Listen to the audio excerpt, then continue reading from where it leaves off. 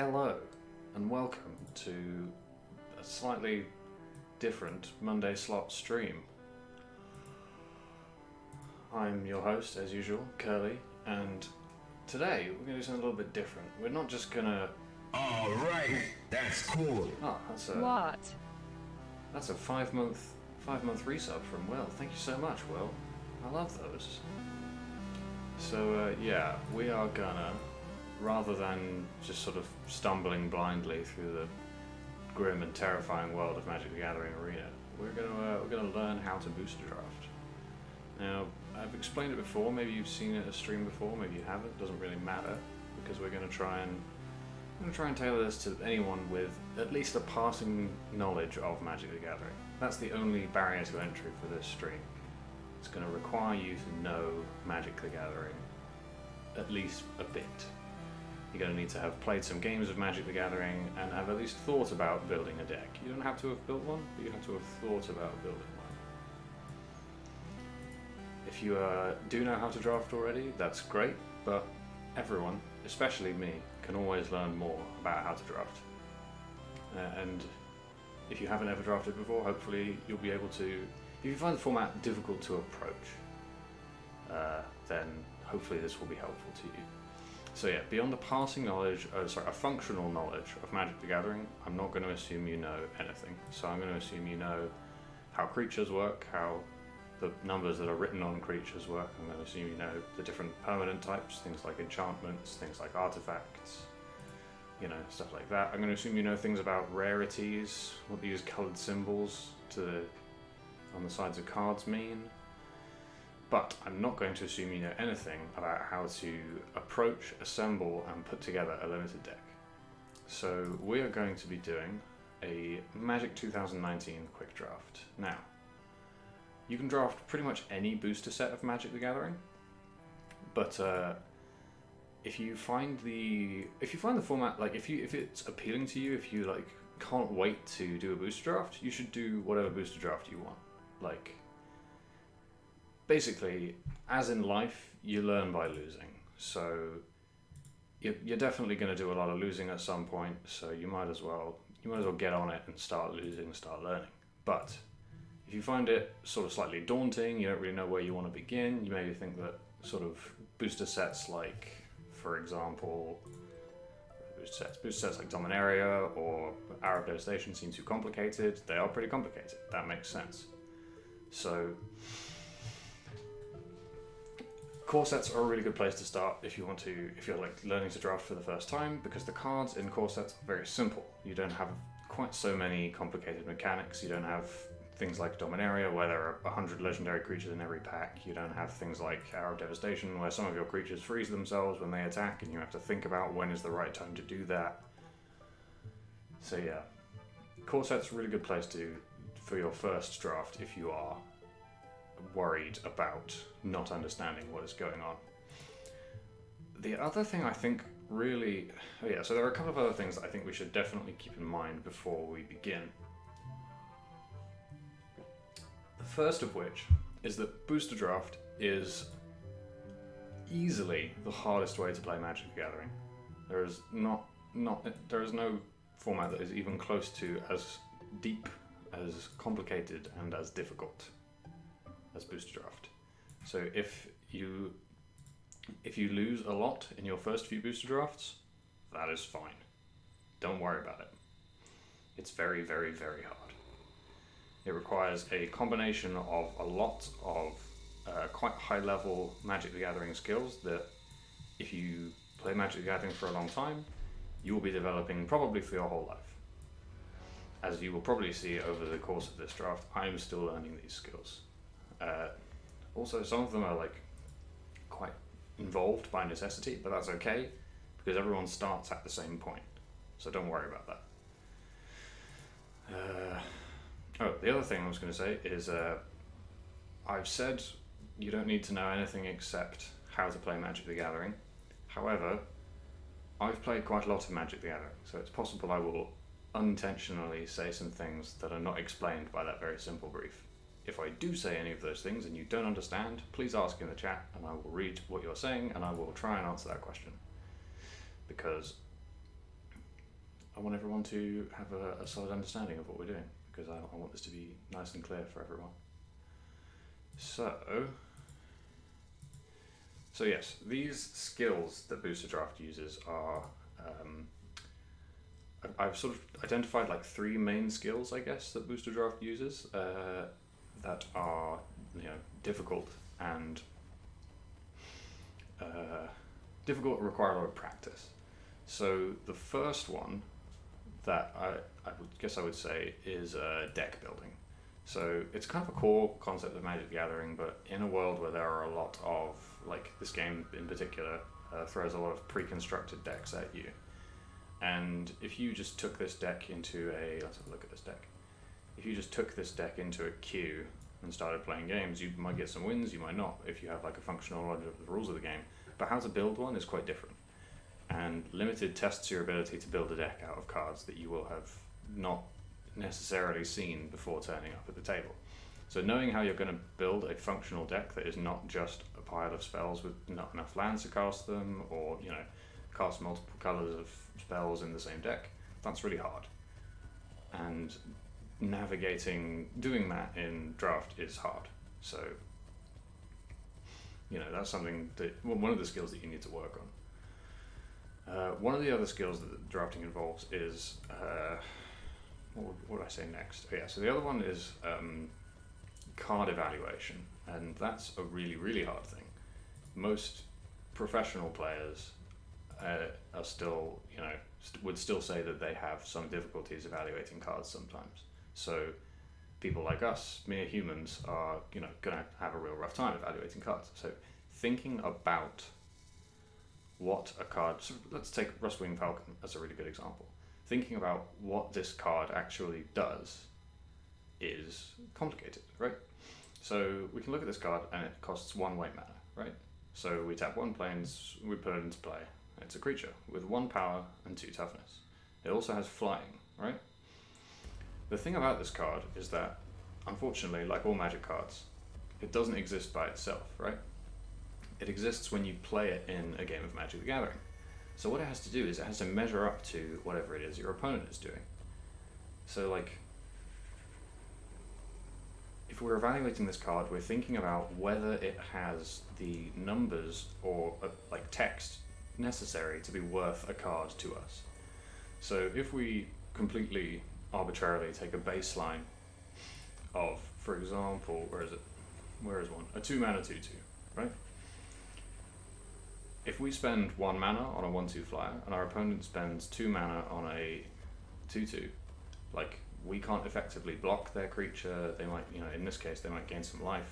We could fly over their creature, but if they play their 2 mana creature, they can just attack under us, and they're basically doing better than we are. So with just these 2 cards, like, we can already see that there are ideas emerging as to how to comparatively evaluate cards, right? Limited is doing that with over 200 cards at once. So, again, very difficult, but it's doable. With a lot of practice, it is doable.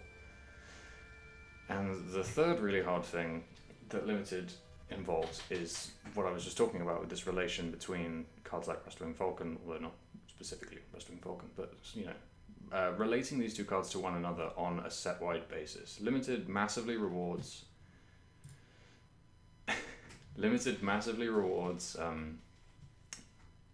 knowing the entire format, or at least knowing roughly what could happen in the format. So if we were to, for example, imagine a set where all the cards were Rustwing Falcons, right?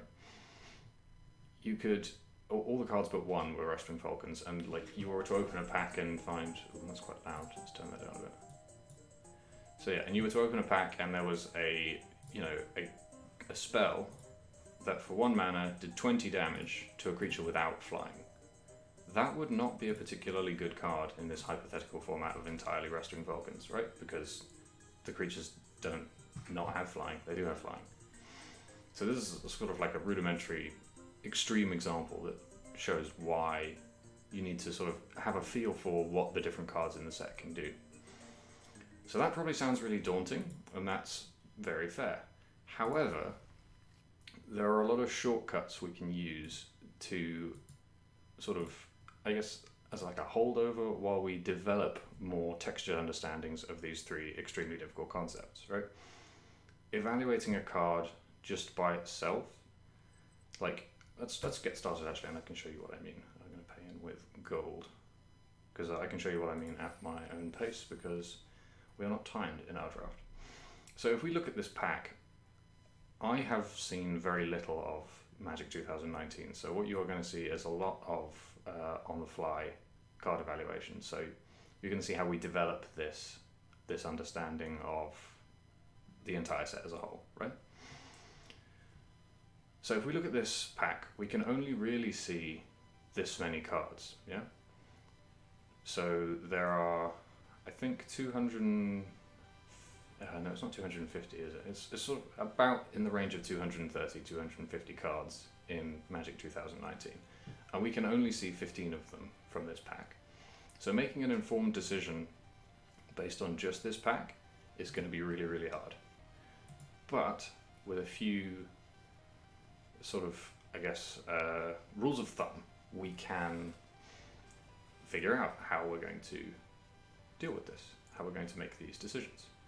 So, what I'm going to suggest is a few shorthands that we can use to pick cards effectively in a vacuum, right? If you are, if you've never played Magic 2019 before, if you open up a draft queue right now, you can follow these lists of, you can follow this like short list of tips that can like help you to evaluate cards, help you to learn a draft format by playing it rather than just by reading about it. However, reading about a draft format is good and will make you better, but you should also play it to get a feel for it, put some of your theory into practice. So the first thing we want to think about when we evaluate cards is, does this card meaningfully affect a board? So you need to think about, when I play this card, let's take, for example, our rare, our card with our gold expansion symbol. Let's take our rare and think about how it affects a board. So this card costs X green for a creature with X+1/+1 counters, so X power and toughness, that can't be blocked by more than one creature, that gets bigger every time it's dealt damage. So this card pretty categorically affects the board. So this is the other thing about card evaluation, is you need to be able to look at a card, read a card, and imagine how it will impact a game when you cast it, right? So I probably don't want to be casting Hungering Hydra for a very small amount of mana, and indeed the X leads me to believe I want to cast it for a large amount of mana. So it's going to be a big creature, let's say a 5 power, maybe 6 power creature, if I paid 6 or 7 mana for it. And not only does my opponent have to block it with 2 creatures, have to double block it, but if for whatever reason they block it and fail to kill it, it gets bigger, right? Because opponent will deal damage to it and it will get additional counters. That's pretty big game. That's pretty powerful because it's a variable sort of, it's a variable size. It can be whatever size we want it to be whenever we want it to be that size, including very, very big. Oh wait, sorry, they can't be blocked by more than one creature. I continuously misread can't be blocked by more than one as has to be blocked by 2 or more, because Magic has printed those abilities written in various different ways throughout history. So this is actually really good then, because our opponent can't double block it, so if they don't have a creature big enough to trade with it, so, kill it in one go, then they just really can't effectively block this, because if they throw a creature under the bus, it just gets bigger.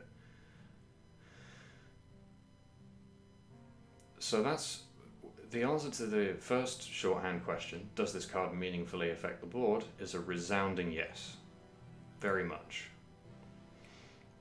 The second shorthand question that I would sort of look to answer when evaluating cards is, if this card is good, which we've decided that it is, when is it good? Because, as we've noted, this card, well, in an extreme example, I guess you could say, this card is not good on turn 1, because if you pay a single forest for it, it will enter the battlefield as a 0/0 creature and die. But we can extend this, right? as a 2-mana creature, if we pay X equals 1, it's a 1/1, which means that our opponent is not particularly concerned with having to deal with it, because 1/1 creatures very easy to block and kill. So what I'm getting at here is that somewhere between 0 and infinity, there is a line past which we're not particularly excited to cast Hungering Hydra. Right? It clearly gets better the bigger we can cast it. And I would imagine, based on what I know about Magic, that this gets challenging to beat at 6 or 7 power. At that point, our opponent it's close to impossible for our opponent to block it. And at 5 power, it's still pretty big. Like if we just look in this pack, the next biggest power creature is 3. Yeah, it's 3. I mean, we can see that there exists the facility to give creatures +1/+1 counters, make them bigger, but sort of 5, 6, 7, this creature starts to get pretty unreasonable. So this card is good late. It's not so relevant now because it's our first pick. We can, we want to pick the most powerful card, but it is relevant to know when your good card will be good. And in this case, we do. We know it will be good mid to late. And I guess the third and final shorthand question is that we want to think about is, can this card beat what our opponents are likely to be doing? And this is an interesting question to answer with the Hydra, because the Hydra can definitely beat what our opponents are doing if our opponent's plan is just to block gigantic creatures, right? But if their plan involves, for example, casting spells like Lich's Caress to destroy creatures, this does not beat that very effectively. If our opponent has what we call, well, if you play Magic, you'll know it's called a removal spell.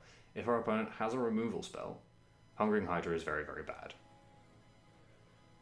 Because we sink a lot of mana into it, probably all of our mana, and they can remove it for, maybe this much. There are spells that prevent creatures from attacking or blocking forever for 3, things like that. So this card is very good, don't get me wrong. But it is worth noting that it is quite soft to removal spells. It's not a reason not to pick the card, or it's a strike against the card. It's not a very big one, but it is a strike against the card. So, what was I going to say? So yeah, you want to think about whether your deck is robust to removal spells, right? I guess the point is, if you want to have big creatures that crush your opponent, you want to make sure you have more of them than your opponent has removal spells, right? Okay, I think that covers my shorthand tips that I was thinking of. Yeah, so now that we've extensively studied Hungering Hydra, we're probably going to pick, but I want to look at the rest of the cards in this pack. So, Mirror Image is a cool card. If we have other good creatures, it copies them. It's a second copy of our best creature, which is nice. This is good, when our board is good. It's quite bad when our board is bad. If we draw it off the top and our hand is empty, we can't do anything. Rise from the Grave, very good. It, brings a big creature out of the graveyard.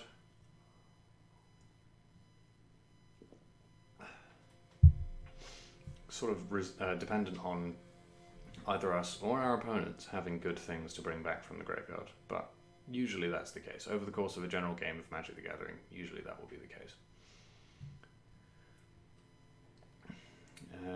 Skyrider Patrol, also a very good card. Yeah, this pack is pretty stacked. This card has flying, means I can fly over our opponent's ground attackers. It's 2 colors, which is an interesting thing that I'll probably get onto in a couple of picks. And it can put +1/+1 counters on other creatures we control and give them flying until the end of the turn. That's a very, very powerful effect. Dwarven Priest. Okay, I'm not gonna ruthlessly analyze every card in every pack, because otherwise we truly will be here forever. But I'm going to talk about the cards that are interesting to me, and then hopefully over time a pattern will emerge as to why.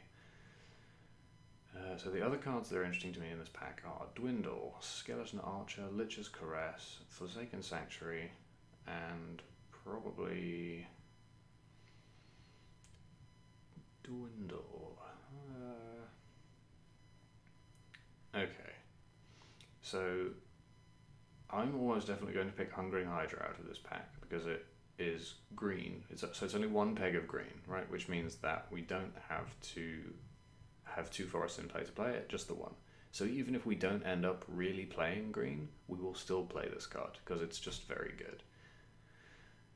The other best card in this pack, I think, is almost definitely Lich's Caress. Either Lich's Caress or, yeah, definitely Lich's Caress. So Lich's Caress is this thing that I talked about earlier where it's a spell where you spend mana and you destroy a creature, right? It beats your opponent's good threat. And it's very good for your deck to have these. In fact, most people would argue you absolutely need your deck to have these in Limited because in the draft portion, while you're building your deck, you only have control over what will be in your deck, right? You do not have control over what will be in your opponent's deck. So you need to have some contingency plans for the very real possibility that your opponent is doing something better than you are at this given moment. And removal spells help you do that. Not only that, so again, let's go through our like simple checklist. So does this card meaningfully affect the board? Yes, it kills a creature. It kills our opponent's best creature because we get to choose it. And it also gains us 3 life, which comes into our next point. When is this card good, if indeed it is good? It is good when our opponent has a better good threat than ours. And also, because it gains us 3 life, it lets us recover from, very slightly, it lets us recover from our opponent's big attacks, right? Which is a good thing to do, because you should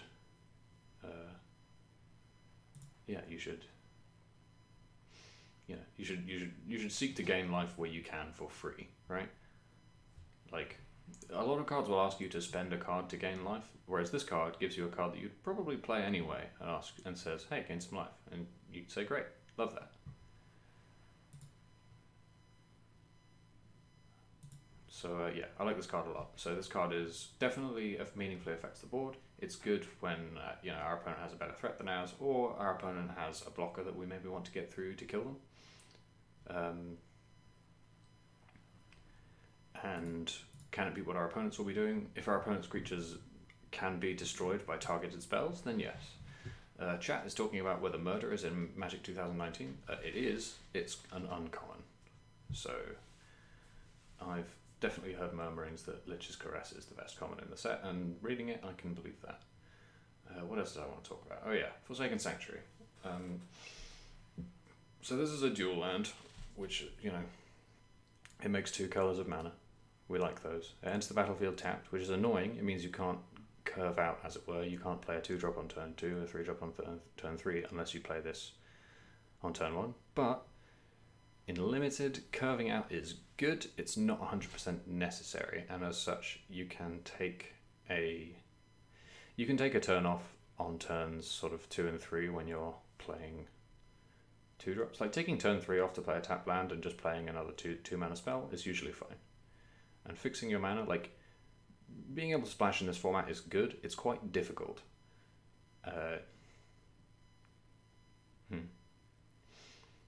If you are going to... Oh yeah, okay. So let's talk about deck colours. In Limited, in Magic the Gathering,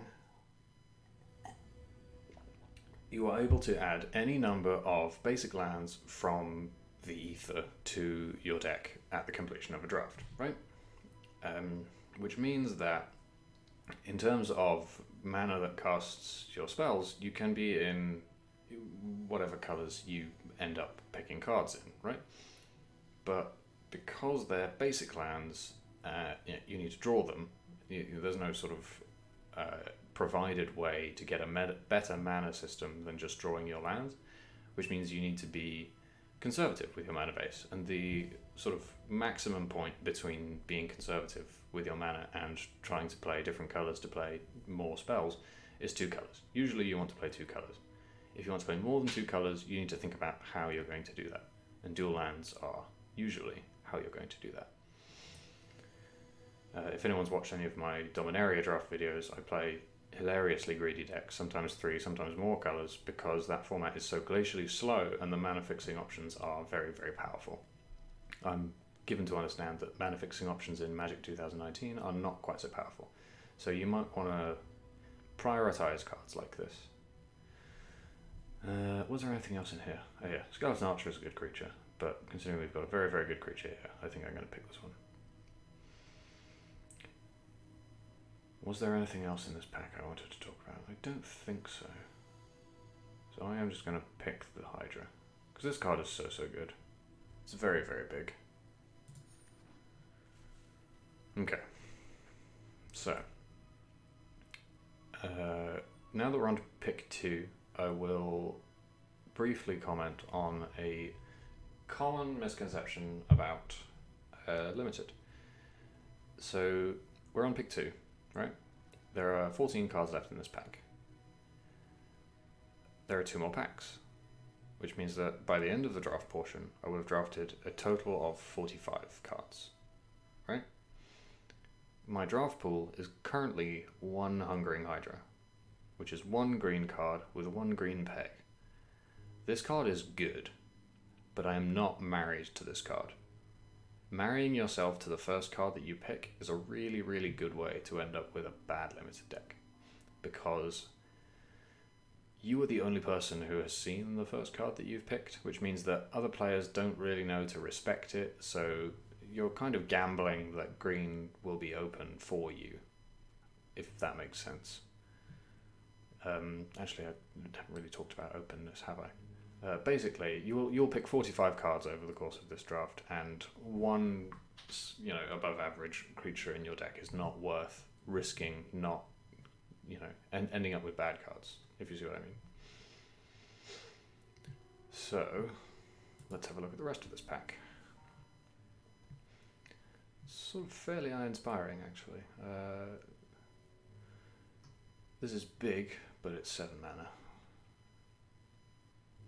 So this card definitely meaningfully affects the board, but it's only good if we get to the point where we can cast a 7 mana spell. And as we can see here, there are 2 mana creatures with 2 power that our opponent may just end up casting and killing us with. So we want to think about, if we want to play big spells like Ghastbark Twins, we want to think about how we're going to survive for that long. What else is in this pack? This is an interesting follow-up pack.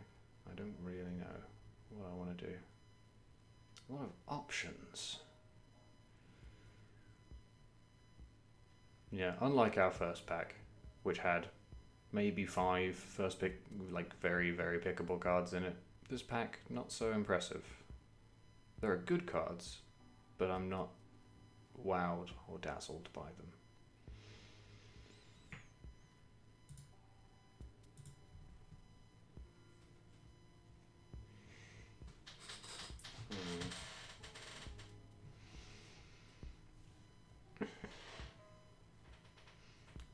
So, the most powerful cards in this pack jump out to me as cards like Brawl Bash Ogre and maybe Aerial Engineer.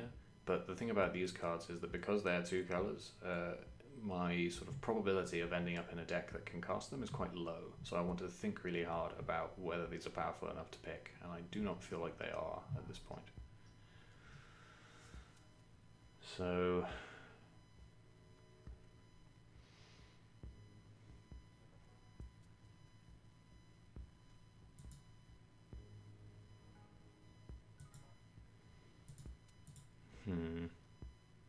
choices.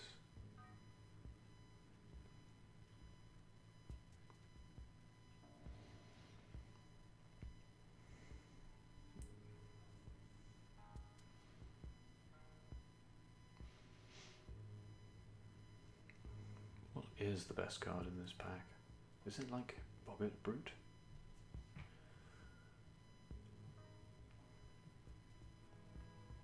So this card is interesting for evaluation purposes. So does it meaningfully affect the board? I mean, yes, it's a creature. It has a big power.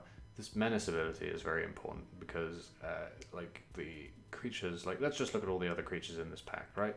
There is 1/7/7 creature, 2 gold cards that we're not really thinking about picking right now. But let's look at the common creatures, the kinds of things that our opponents are likely to have. That's another thing that's very important to think about in Limited. The rares are in the set, the uncommons are, around, and you should think about them. The vast majority of your Limited experience will be determined by commons. Even though you will feel like you lost to your opponent's rare, quite often you will have lost to your opponent's good commons before they played their rare. So that's very important to think about. So yeah, let's look at these common creatures. So if we have this 3/2 creature that can't be blocked except by 2 or more creatures, like this can't block it on its own, it would need to team up with any of these, but what I'm saying is that there are quite a lot of small creatures around that can't block this very well and can't team up to block it very well either, so it gets over your opponent's creatures quite handily a lot of the time. The other card that I like about this, that I like in this pack, is Aven Wind Mage, because Aven Wind Mage, so it's a blue creature, it's easy for us to play if we end up in blue. It also has flying. Flying is a very big deal in Limited, because flying gives you creatures that your opponent can't block unless they themselves have flyers. So you either need to have, you need to be able to beat flying creatures, because ground creatures can't beat flying creatures, and the easiest way to beat flying creatures is to have them. So Aven Wind Mage certainly does have flying. Yeah, there are other ways to beat flying creatures, having lots of removal spells, or spells that kill lots of creatures, or reach creatures can block creatures with flying, but flying is an easy way to both have creatures with flying that your opponent needs to beat, and also beat their flying creatures if they have them. An Aven Wind Mage is a 3-mana 2/2 with flying, which is generally a pretty okay rate for a flying creature. Like, because flying is so good, your stats get a bit of a downgrade per cost. So you see this as a 3 converted mana cost creature. This creature costs 3, has 3 power. This creature costs 3 and only has 2 power, but it has flying, so that's fine.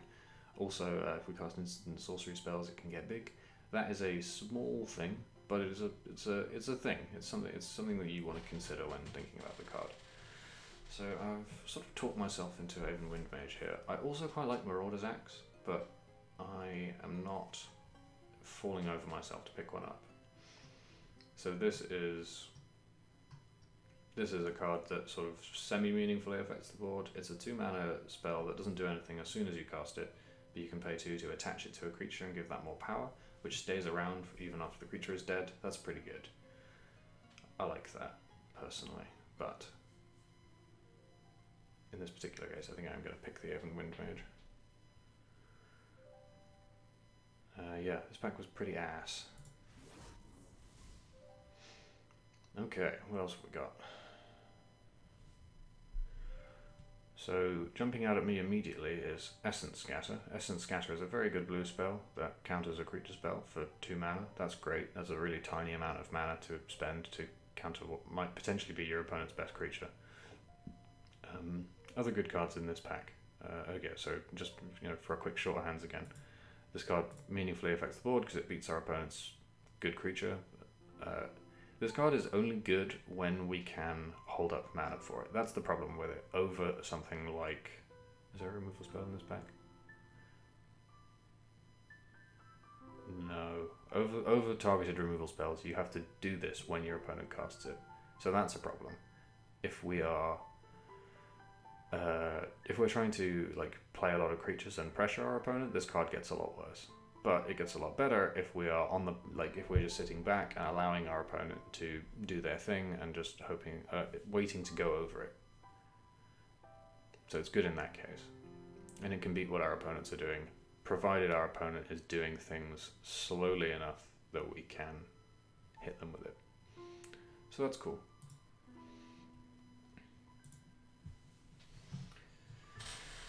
Vigilant Baloth is a 5-mana 5/5. That is a very good rate. So, I mentioned, when did I mention? Maybe in an Hour of Devastation stream or something. I mentioned that the kind of core rate that Magic likes to think about in terms of creatures is that 2 mana generally gets you a 2/2, and that's an okay cost to stat ratio. A 1 mana 1/1 is worse than a 2 mana 2/2.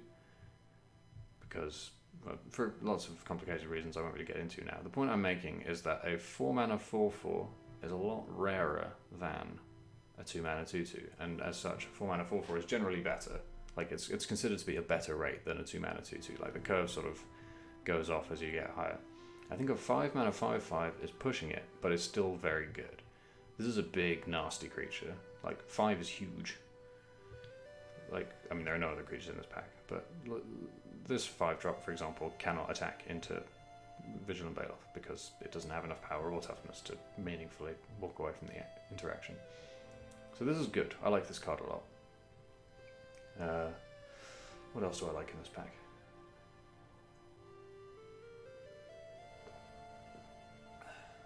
There's quite a few good black. We're only 3 picks in. Before we start talking about what's open or not, let's just keep picking the good cards. This is a free advice I'm giving you that you can take as far as you want. Is that just pick the best card in the pack for your first 6 picks, and when we get to pick 7, I'll talk to you about openness and committing to a color. Yeah, I think we are looking at Vigilant Baloth. I like that card. Yes.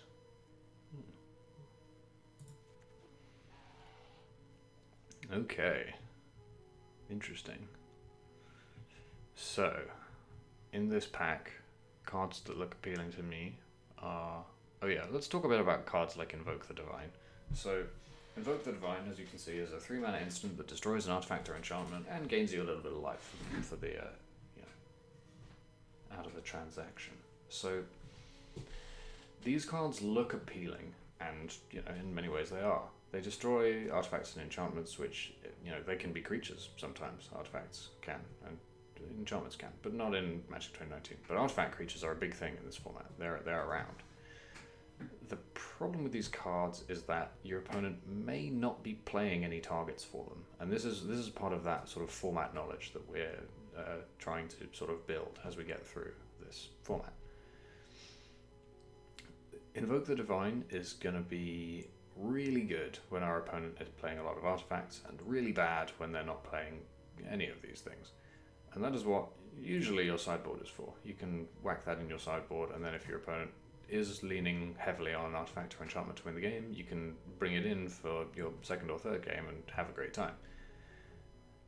But in our particular case, we're playing a quick draft which does not have any post-sideboard games. So I probably am not looking to pick up too many of these. In Dominaria, I liked having a single artifact or enchantment destruction spell in my main deck in quick draft, just because there were so many powerful artifacts and enchantments running around. Almost everyone had a good one, and it was worth being able to destroy at game 1. But I do not think this is one of those formats, and as such, I'm not looking to rate Invoke the Divine particularly highly.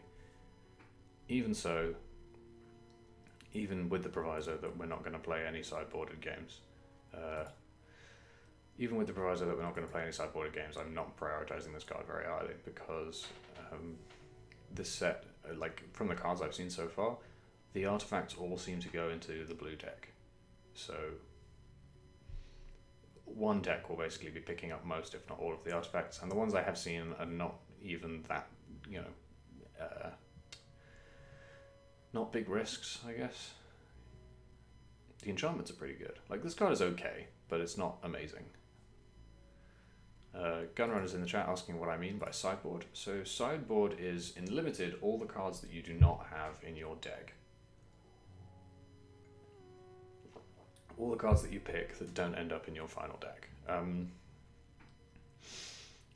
What you do with that is, normally a Magic event is not hosted online via the magic of the intertubes, but actually you have to play first to 2 or best of 3, however you want to put it, with a person, and in between the first and second, and then second and third games, you are allowed to exchange cards from your sideboard with your main deck, which means that once you've built a good 40-card deck, you can hedge with some specific cards like these to put in between, which is cool. It's a neat feature, and indeed you can do it in some of the various queues in Magic Arena. However, because I've picked Quick Draft, we will not be able to. So, what have we got here? Having talked about Invoke the Divine, the cards that I think I'm going to talk about this pick are Frilled Sea Serpent, Omen Speaker, and Bone to Ash. So Frilled Sea Serpent is really cool. It's a 6 mana spell, 6 mana 4/6. That's a reasonable rate for power and toughness. Does this card meaningfully affect the board? Yes, it's huge. And if we can pay 7 mana into it, it can get through our opponent's defense, which is great. That's really cool. In a slow blue deck where you quite often end up with a stalled board, a board that doesn't really go anywhere with, you have a lot of creatures, your opponent has a lot of creatures. The way that blocking works means that neither of you can really attack. Cards like this can really close out the game for you. That's cool. I like this card. It's okay. Omen Speaker exists at the opposite end of the blue creature spectrum. So blue creatures, unlike green creatures, which are huge, angry, and do fights, blue creatures are quite often frail. They block quite well. So Omen Speaker is not a 2 mana 2/2, but if we think about your opponent playing a 2 mana 2/2, it can't really meaningfully attack into your Omen Speaker because your Omen Speaker is a 1/3. It can just block, and both of them will live to tell the tale. But you're playing a 1 power creature, so you're not really interested in attacking. Your opponent is interested in attacking, probably, but they can't because you have an Omen Speaker. So this card, if our interest is in slowing the game all the way down, this card is good because it is better than our opponent's 2 mana creatures. And we've seen quite a lot of, 2 and 1 power creatures about. This is a 4 mana creature that only has 2 power. That would be pretty rough attacking into an Omen Speaker. So this card's pretty good. I like this card. However, we're going to move on to Bone to Ash. Now, Bone to Ash, does this card meaningfully affect the board? Yes, in the way that Essence Scatter did. We talked about it before. It counters our opponent's good creature spell, and in this case it draws us a card, which is great. Someone was asking what Scry means. Scry is one of Magic the Gathering's universal mechanics, or one of its what they call evergreen mechanics. Mechanics which are simple enough in play to be printed in every set. Scry allows you to look at the top X, where here X is 2. Look at the top X cards of your library, and then put them on the top or the bottom in any order that you choose. So Omen Speaker would allow you to, rearrange the top 2 cards of your library so you draw them in a different order, put both of them on the bottom so you're unlikely to draw either of them, so on and so forth. It gives you information about cards that you're about to draw, which, if you need a particular thing to make your hand better, is great. Doesn't actually draw you a card. A lot of people do evaluate Scry 2 as though it is drawing a card. It is definitely not. It makes your draws better. It does not give you cards. Still good, not the same thing. So, we're going to move on, keep talking about Bone to Ash. So, Bone to Ash is, like Essence Scatter, only good if the board is locked and we are waiting for our opponent to do something. However, unlike Essence Scatter, which we spend that card and it beats our opponent's card, Bone to Ash draws us a card, which means it doesn't spend a card to beat our opponent's card. So if we thinking about that removal spell from the first pack, a lot of people are interested in, even happy to, spend a card to get rid of their opponent's card, right? What we call a 1-for-1 trade. Bone to Ash lets you do that with a creature of any size, as long as it doesn't say uncounterable on it. And it lets you draw a card. So this card is less... this card scores worse on, when is this card good? But it scores way higher in how good is it. This card is very good if you can cast it. And it definitely beats what our opponents can do. Oh, hey, Bocom's in the chat. What up, Bocom? So, people in the chat are asking me whether I'll pick Omen Speaker. I like Omen Speaker, and I would be happy to pick one up later, but I think Bone to Ash is so powerful that I want to try and make it work in this deck. This card is very, very good. And I think that was all the cards I wanted to talk about. Oh yeah, this is an interesting topic that sort of touches on the kind of thing that we said earlier. So, when you start booster drafting, it is very tempting to, because card evaluation is so hard, you don't want to read every card out of every pack. That is very relatable, it happens to everyone. There is an inclination to use rarity indicator color as a power level indicator. You might think that because my Hydra is huge and angry, that all cards with all rare cards are very, very good in limited. This is not the case. Infernal Reckoning is efficient, certainly, but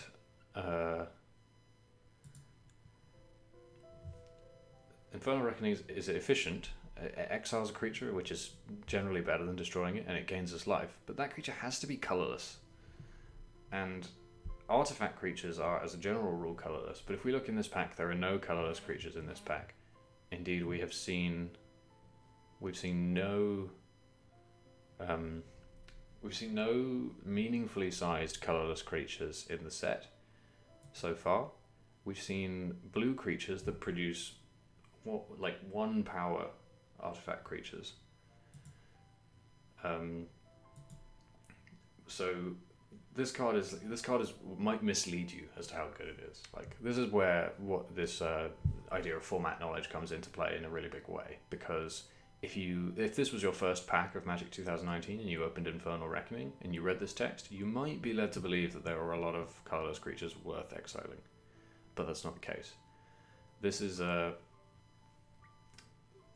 kind of thing that you will sort of get to learn as you draft more and more, or as you play more and more Magic the Gathering, but cards are actually quite often put in the rare slot when they are intended to affect limited less meaningfully.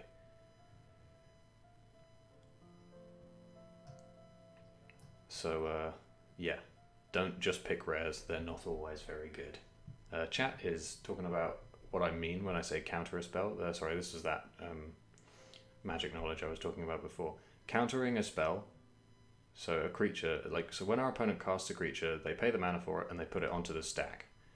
Normally, that spell just resolves and it becomes a creature in play.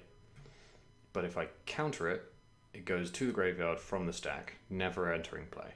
So that's why I compared this to a removal spell. It will put our opponent's creature into the graveyard for a comparable amount of mana, with the opportunity cost.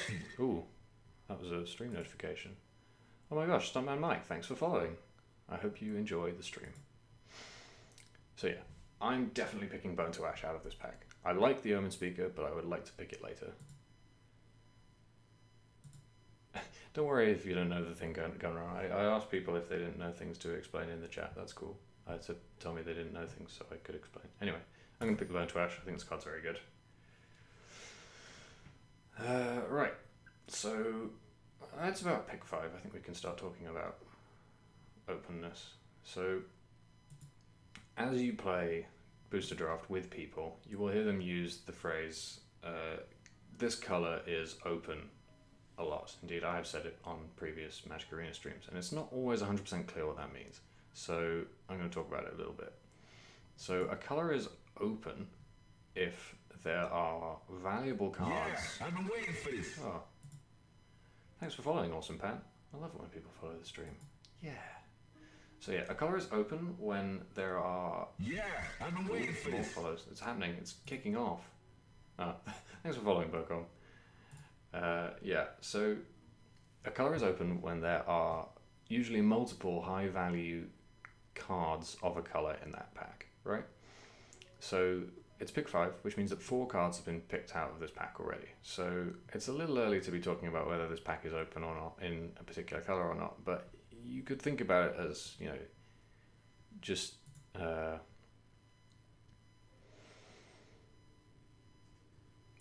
yeah, like what was I going to say? Yeah, just the raw colors of the cards in the pack, I guess. So I was tempted to say blue is open, but then I actually read the cards and they're pretty mediocre. This card's not very good. So this is an interesting point, actually, is to talk about auras and where they fit into our shorthands thing, right? So, does Ether Tunnel meaningfully affect the board? It enchants a creature, stays on that creature. When that creature dies, Ether Tunnel also goes to the graveyard. So does it meaningfully affect the board? It gives our creature +1 power, and that creature can't be blocked.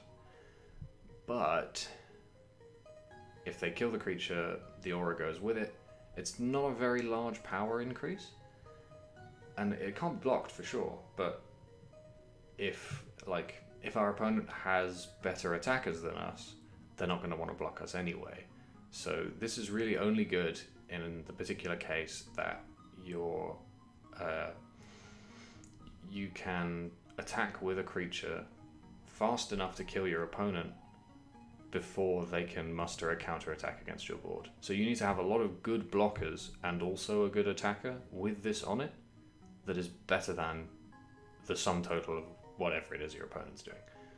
So Ether Tunnel fails these tests pretty categorically, I'd say. This doesn't do anything, I'm not even going to read it. Anticipate is cool, but it's like, it plays a role, it sort of, it just does okay things, so I'm not particularly excited about picking it at this particular point. Ghost Form is actually a very similar card to Ether Tunnel, stops your creatures from being blocked, but again, it only does it once. Which means that if you need this to get through your opponent's defense, and it doesn't immediately kill them, you're not going to have it next turn, so you need to have another plan.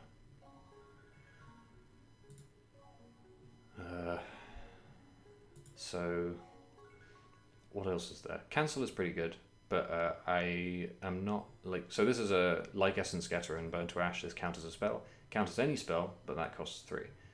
However, as some people in the chat have mentioned, to be able to counter spells, you need to have the mana to do so in your opponent's turn, which means you have not spent the mana on your own turn in order to meaningfully affect your board, which is one of our main shorthands. So what I'm saying is that you don't want to overload on counter spells, because then you will forever be holding up mana to do something, and if your opponent ever gets anything past your wall of counter spells, you can't do anything about it, because counter spells, the primary weakness of counter spells is they cannot meaningfully affect stuff that is already in play.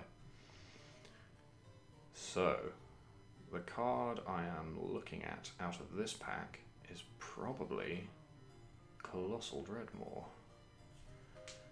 I like Colossal Dreadmaw a lot. It's a big angry thing. So I talked about how a 5-mana 5/5 was good. A 6-mana 6/6 is also really good.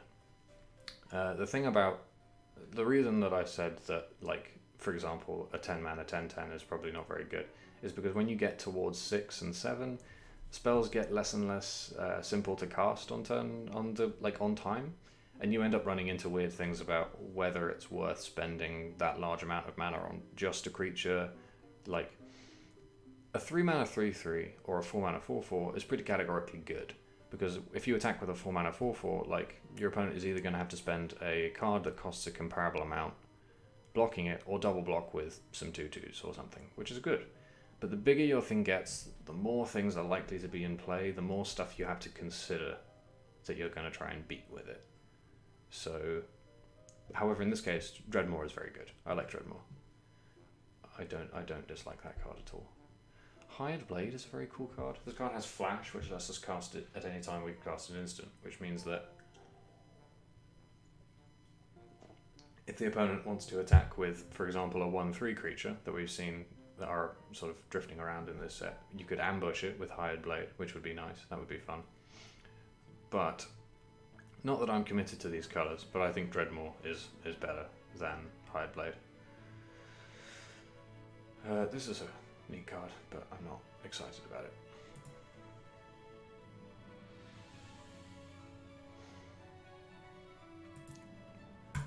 So Strixit is in the chat asking about how easy it would be for someone who has played Hearthstone to get into this game, and that's a very interesting question. And people in the chat, feel free to weigh in, I guess. But I think it would be comparatively easy to get into Magic from having played Hearthstone online, playing Magic the Gathering Arena, because quite conscientiously, a lot of steps have been taken to make this client as familiar to people who play Hearthstone as possible.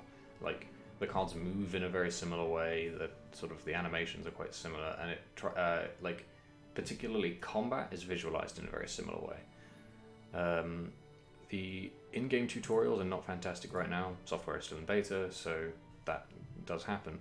However, there are a lot of people, some people like me, streaming this game and talking about it, talking about how to play it. Like, there are infinite resources online about learning to play Magic the Gathering. Like, if you are having trouble with almost anything about the game, you can Google it, and there will be a pretty reasonable YouTube video or article that you can read on the topic. So yeah, that's kind of why I wanted to do this. Like, we're front loading a lot of stuff here, but like, really you can just hop in and start picking things. Like,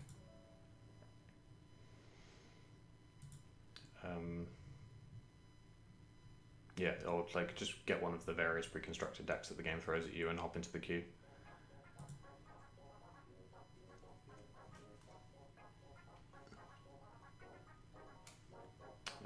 Right. Elvish Rejuvenator in the battlefield. Look at the top 5 cards of your library, put a land card from the battlefield tap, put the rest in the bottom of your library in any order. This is almost guaranteed to hit, isn't it? If you play 17 lands, this is pretty much guaranteed to hit, isn't it? That's what I expected. Oh my gosh. A stream notification. Hey, Bleak is owning. Thanks for following. I'm owned. Yeah, Strixit, if you want beta keys, everyone's got like loads. They sent out 5 to each beta participant to give out for the stress test that they conducted last week. So I have a couple left, but I see you have already been offered one in the chat, which is great. I love that. Right. So because this is limited, we're going to end up with a 40 card deck. People much smarter than me have run the numbers on how many lands you need to reasonably expect to hit lands on turns 1 to 4. And that number turns out to be 17 land cards and 23 non-land cards. So if I have 17 land cards in my deck, this is close to guaranteed to hit a land. And I think with that lens, Yeah, I'm I've been fairly waiting for likely this. to play it. Oh, thanks for following, Mary Rose. Wow, people are really coming out for Magic the Gathering Arena. Awesome. All right, that's cool. Hey, thanks for following, Strixit. Yeah, I think I am going to play Elvish Rejuvenator. I don't love this card, but we don't have any 3s yet. Like, we need to make sure that we live long enough to play our big spells, and this actually accelerates our mana. So it's Magic, you can only play 1 land per turn, but this card allows you to put a land from your library into play, as well as the land that you play in a turn. So this actually accelerates us, which is great, because it means that when our opponent is playing a 4-drop, we could be playing our 5 mana 5/5, which is cool. Right. So yeah, Rejuvenator. Let's take Rejuvenator. Titanic Growth is a cool card. I don't know if I love it very much. Maybe I'll play this card.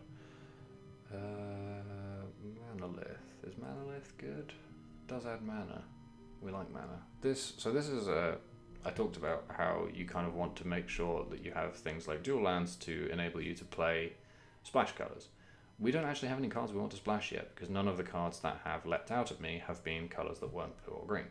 But it's very likely that we open a card in pack 2 that is very powerful and not in either of these 2 colors. And being able to pick it and play it just as like 1 or 2 what we call splash cards is very powerful. So it's possible I pick Manolith. I don't know. Titanic Growth is also pretty cool, because if we have big creatures, like, we can just crash through everything forever. If our opponent, for example, plays a trick on their creature, we can say no, because our creatures are so big.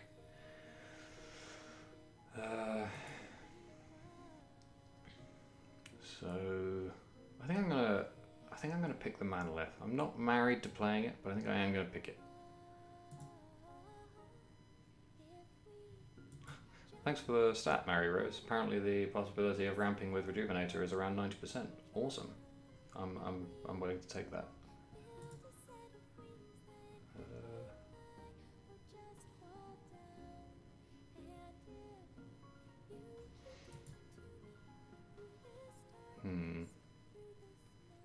Right, Malith. Okay, so... no, we don't have any white cards that we want yet, do we? Yeah. Okay. This is an interesting card evaluation trap.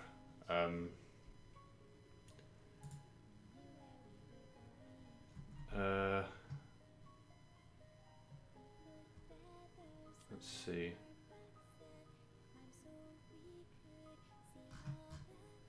So yeah, Lava Axe is a 5-mana spell that deals 5 damage to target player or Planeswalker. Planeswalker is the mythic card type that stuff. We don't need to sort of evaluate that in this particular point, although actually it does kind of make that card surprisingly better. Never mind. The point I'm making is that this is a card that a lot of players look at and think, right, my opponent starts with 20 life, I can spend 5 mana and remove a quarter of that in one go. That's pretty appealing to a lot of players. It's also very bad, and I'll tell you why. The reason why is that what you're doing is you're spending a card to reduce your opponent's life total, right? But, like the example with the spell that makes 2 creatures unblockable in a previous pack, maybe it was pack 5? Yeah, 5. Like that spell, if your opponent doesn't immediately die upon the resolution of Lava Axe, you don't have Lava Axe anymore, and you still have to kill them.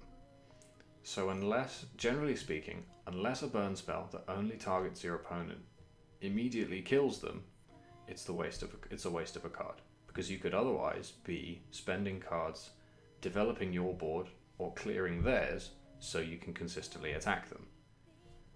A creature that you play on turn 2 that attacks 3 times over the course of the game has done more damage than a 5-mana Lava Axe. So think about that.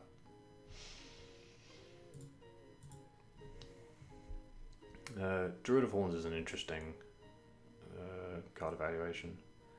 So if you cast an aura that targets it, you make a 3/3. So this is a sort of a pretty standard what Magic calls build around cards, right? Where you get a card like this. It's a 4-mana 2/3. So it fails our sort of basic card evaluation. Is this worth its stats, right? Just playing this by itself, it's not very good. But as soon as you cast an aura spell on it, it becomes probably bigger. Auras normally make creatures bigger, so this will get, maybe a 4/5, maybe even bigger than that. And it also makes a 3/3, which is the kind of body you would have spent 3 or 4 mana on by itself. So this is a pretty sort of standard Magic the Gathering setup payoff card, right? The question is, are we in a position to play it? I think the answer is probably no. I like auras. I want to play them in this format more so than almost any other format because the removal is so sparse and there are so many big doofy creatures and some of them have hexproof, which is pretty nasty. But I'm not excited to play this card. So what I will probably do is pick Plummet that destroys flying creatures. Now, much like how I said I was happy to play an artifact or enchantment destruction spell in my main deck in Dominaria, I'd probably main deck a Plummet in this format because being able to beat flying creatures is just so good, and currently we're not doing that particularly consistently. It's possible this card doesn't make the cut, but it's a very real possibility that it could. So, following our shorthands, this card meaningfully affects the board because it kills our opponent's high-value creatures. If it's good when our opponent has high-value flying creatures, and it can beat what our opponent's doing in that particular case. I'm not playing a comp draft, I'm playing a quick draft because I wanted to, I guess. That's it, because I've never drafted this format and I didn't want to risk wasting the gems on just O2ing a comp draft. Okay, so this is pick 9, which exposes us to yet another unique wrinkle of booster draft, which is that 8 players sit at a table, open a 15-card pack, each of them picks a card and passes it, and so on and so on and so on.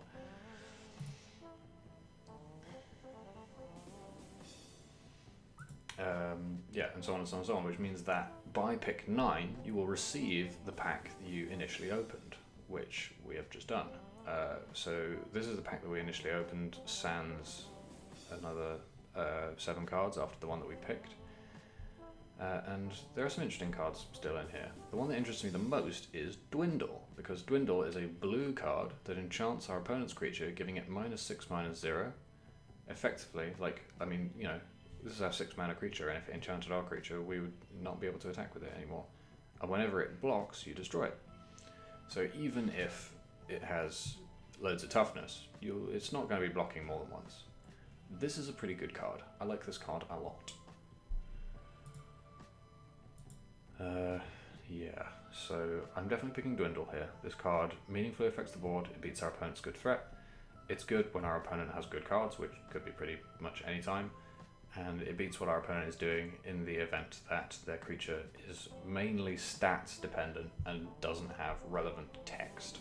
So if our opponent has a creature that they can tap to do something with, this card is not very good against it. But that is a very significant minority of creatures. Chat has made the observation that I am drafting against bots, which is why there's no time limit on any of my picks. However, there is actually, I believe, Eternal card game allows you to draft what we're doing called asynchronously against real people, so you don't end up sitting in your circle of 8, I don't believe. But maybe you do actually.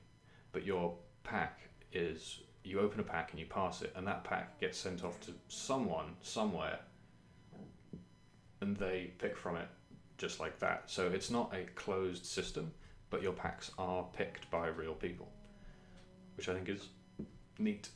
The devs for this game have said they definitely want to implement drafting against actual people, but they have not said how they're going to do it yet. And I believe one of the production team actually worked on Eternal card games, so it doesn't seem impossible that they'll do it that way. And to clarify for chat, yes indeed, you do play the actual games against other people. So, Ghastbark Twins came back, as did Highland Game. Now, Highland Game is an interesting talking point for us because it brings us to the point of the curve of the deck. Now, you'll see that I have, this card is not actually a 1 mana spell. What this view is doing is it's allowing us to see the curve of our deck. It's ordered our deck by the number of mana cost. So this is a 1, this is a 2, these are 3s, this is a 4, and so on and so on. I definitely want to play this as at least a 4, probably a 5 there. So a deck with a good curve is you want to be able to cast a spell every turn. That's the ideal, is to play a land and then cast a spell every turn. It very rarely happens exactly that way, and I think eventually it does become impossible because you only draw 1 card a turn. But you want to stay relevant. You don't want your opponent to have a board better than you, so you want to cast spells. And that's why I talk about Highland Game here, because we have a lot of 3s, we have a 2 that we definitely won't be casting on turn 2, and we have big creatures. Picking Ghastbark Twins gives us a 7 on top of our 5, our 2 6s, this is probably a 7, big creatures. We don't have any small creatures yet. Highland Game is not an amazing small creature, but it is a small creature. And I guess the concern is the opportunity cost of picking a small creature to satisfy our curve that we might get later, or a big creature that we're less likely to get later. This card is an uncommon. You're very unlikely to see 2 copies of the same uncommon in one draft. That is just general Magic fact.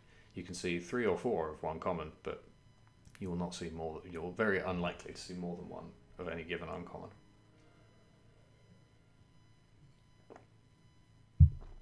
It happens, but it is uncommon. I think I'm going to be spicy and pick the Ghastbark Twins.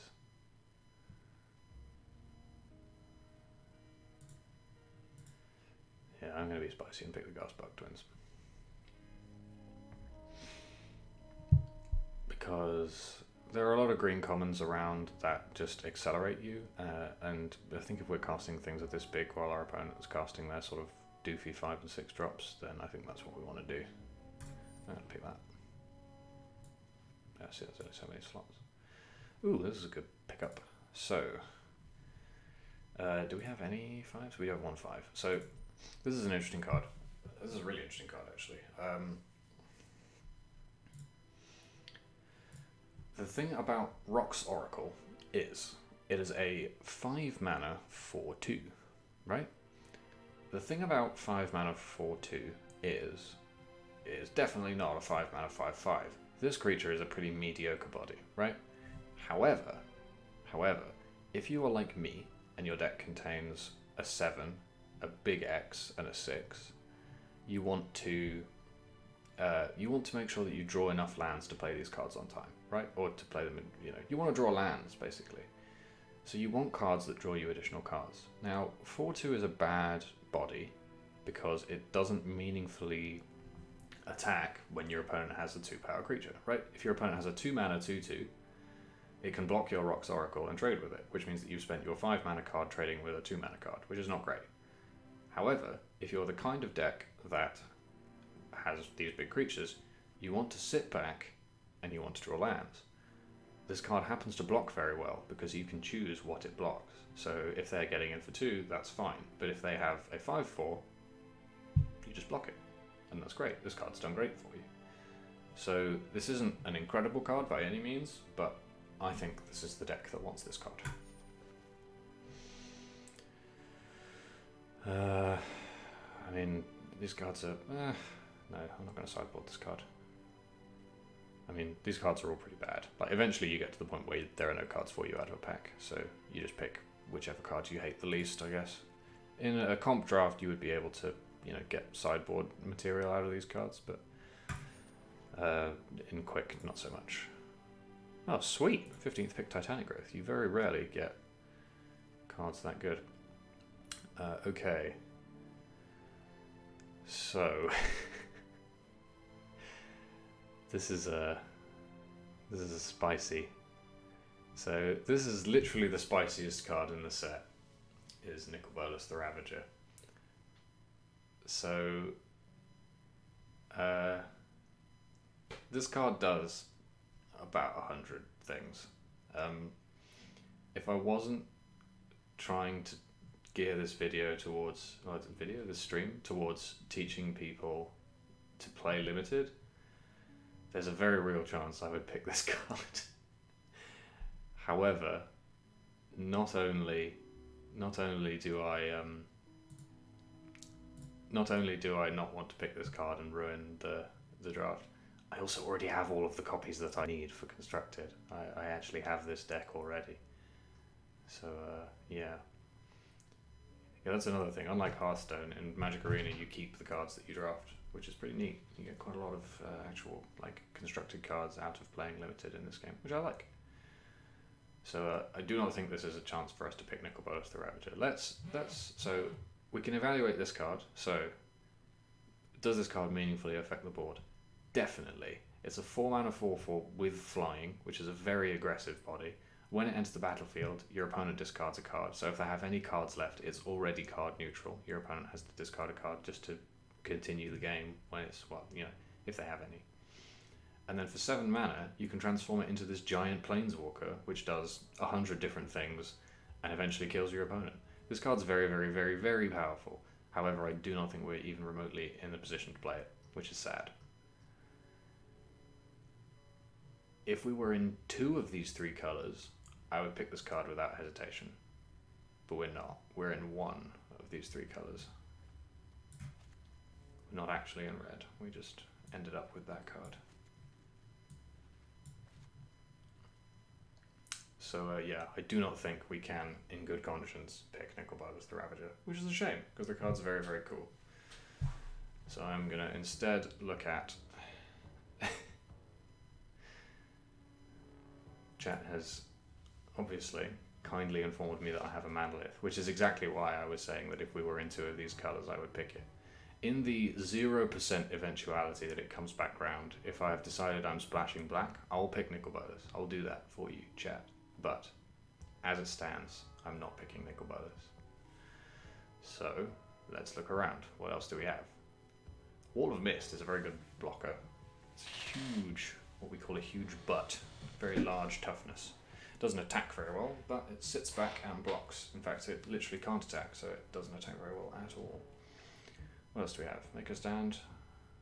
Reclamation Sage is cool, destroys artifacts and enchantments. But so yeah, this is the opposite number to the Forsake the Worldly that we were trying to evaluate earlier, which is that it it destroys artifacts and enchantments, but it does so at no opportunity cost because it is ultimately still a reasonable creature. This is a great card. This is a card that I like to have in my limited decks, and indeed my constructed decks. This card owns. I love this card being a standard.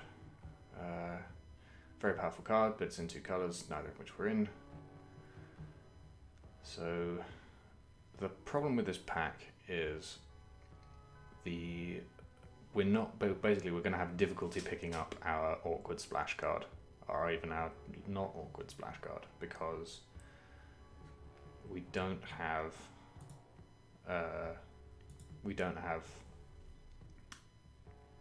the colours. The problem with this pack is we don't have a good splash card. All of the best cards are more than one colour we're not playing, which is upsetting. I think the best green card in this pack is Daggerback Basilisk. It's a 3, which helps us to try and satisfy these curve considerations that I'm talking about, and it has Death Touch, which is great because it means that our opponent has to think about blocking it at some point. They always have to spend a card to get rid of it, which is awesome. They can very rarely find themselves eating it with a larger creature and not having to get rid of a card, which is awesome. Yeah, I think I'm probably going to pick Basilisk.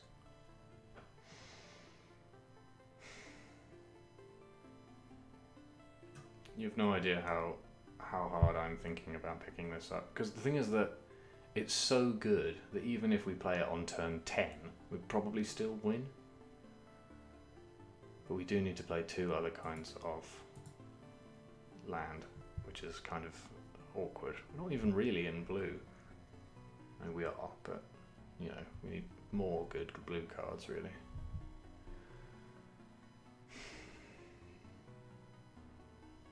Yeah, I think I am just going to have to pick Basilisk and be the fun police, unfortunately.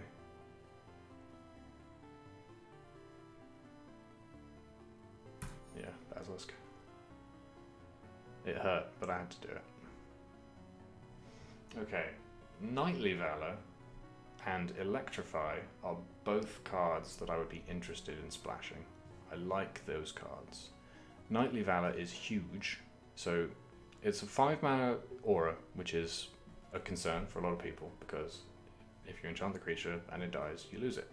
However, it makes the creature very big, which pushes it out of burn range. It gives it Vigilance, which means if your opponent can't deal with it on block, they probably can't deal with it on attack either. So you're just pushing in huge amounts of damage. And it also makes a creature when it enters the battlefield, which helps to offset some of the sadness if your opponent immediately kills the creature that you put it on. This can upgrade a medium, this to make it a reasonable threat. It can upgrade a reasonable threat to make it a giant pain. It's great. I love this card. Equally, Electrify is a removal spell. It kills a creature, and splashing for removal spells is a really good thing to do, because your opponent is spending all their time thinking about, it sort of massively increases the amount of options that you have. Being able to play a removal spell in a colour that you're not default in is good. My only concern with Electrify is I worry it does not actually hit a lot of important creatures. It doesn't kill any of our big creatures.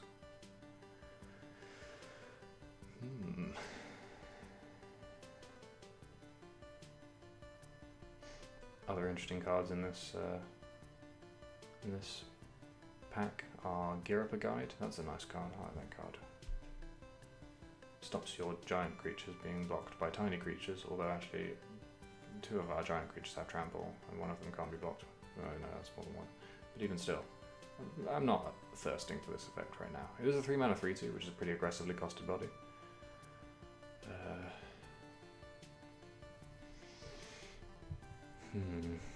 I think I might pick Knightly Valor. I could also pick Snapping Drake. Snapping Drake is a sort of medium, well-costed flying body. It's slightly bigger than Aven Wind Mage, I guess.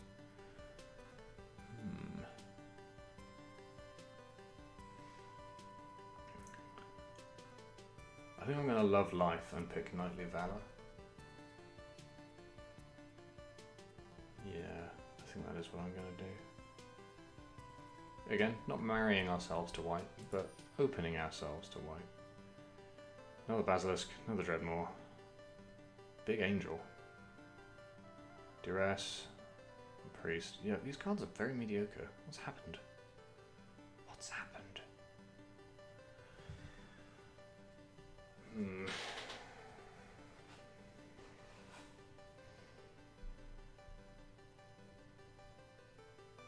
Is the second Basilisk better than the second Dreadmore? I think probably. I don't know how likely we are to cast any more creatures of this kind of size. Yeah, I think I'm going to pick the second Basilisk, but this has been kind of mediocre second pack for us. I do like this card. This is a very good card, but because it's white-white rather than just a single white, it's harder for us to play. Yeah, using Basilisk to survive until late is a good idea. Good point, Bleak is owning. Alright, I'm going to pick that Basilisk. Alright. Greenwood Sentinel is a 2-mana creature with a relevant ability.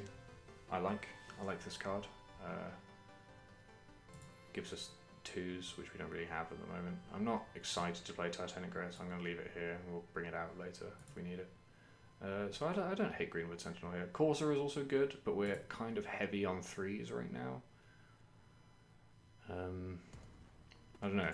I feel like having 2s is quite important in this format. Like, I'm out of practice where in playing formats where 2s are important because I've played so much Dominaria, and Dominaria really you don't even need to do anything on turn 2. But I think you do in this format, to the point where I'm very tempted to pick Greenwood Sentinel.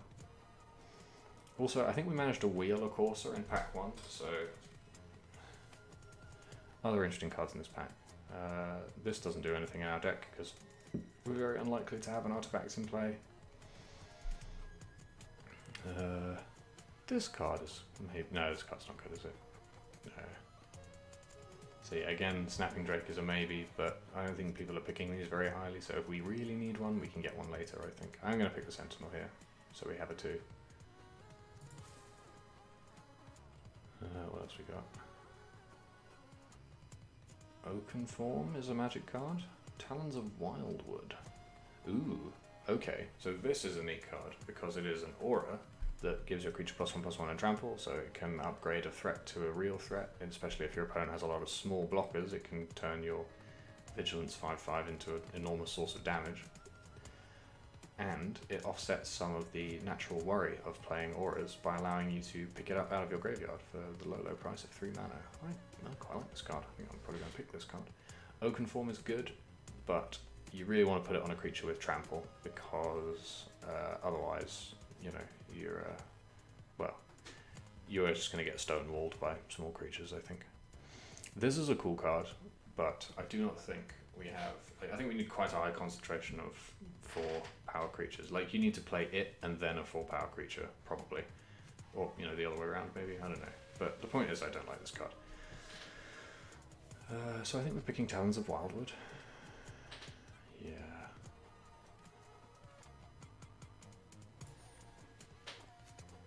Oh, Gift of Paradise. This is absolutely a Gift of Paradise deck. Hell yeah. I love this card. So, Gift of Paradise is an interesting card because it does not really meaningfully affect the board. It gains us 3 life, which offsets our opponent attacking with their 2-drop, but by itself doesn't do anything. However, it accelerates our mana, which is important because we play giant creatures, and it gains us life, which, you know, slows our opponent down in killing us. It also adds multicolored mana, which is a big deal if we end up trying to splash, for example, this Knightly Valor or various other things. It just makes it easier for us to play weirder cards, right? So I think I'm definitely taking Gift of Paradise out of this pack. Second Greenwood Sentinel would not go amiss, but it's nowhere near as good as the Gift of Paradise. So yeah, this card is good on turn 3 pretty much, but you know, we can play it later. I like this card so much, I'm just going to pick it.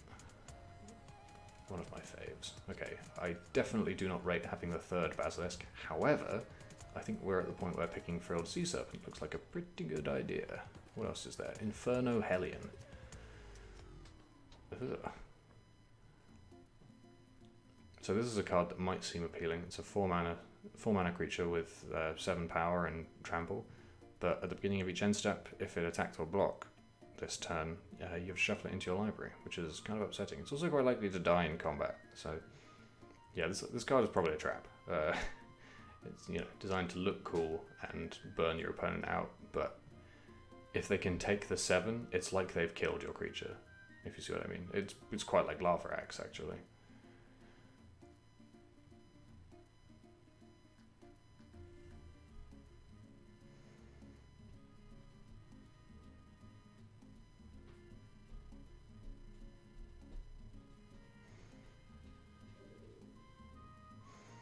So yeah, Fealty Serpent is good because if we get to a point where, I mean, actually our creatures are huge anyway, it's probably not as good as our other 6s. Maybe this isn't a Fealty Serpent pick, I don't know. Nothing else in here is very good, is the thing. I mean, no, we're not splashing for this. I think we probably pick Sea Serpent and think about not playing it. I don't know, like...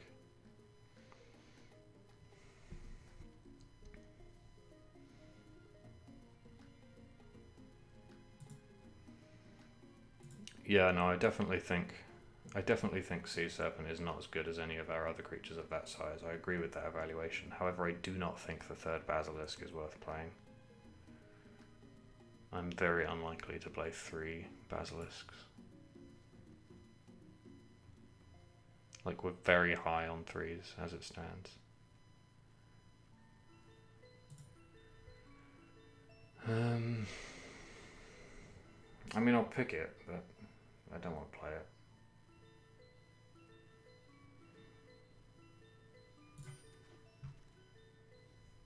What else we got? Ooh, dual land. Ooh, this dual land lets us play Nicol Bolas. It's definitely not going to be in the next pack. Blood Divination requires us to sacrifice creatures, which we don't really have lying around. All of our spells mostly just make 1 creature. I'm going to pick the dual land. Let's splash a black card if we end up with 1. Like, I don't want anything else in this pack, really. Yeah, we didn't get that with the Nicol Bolas, shockingly enough.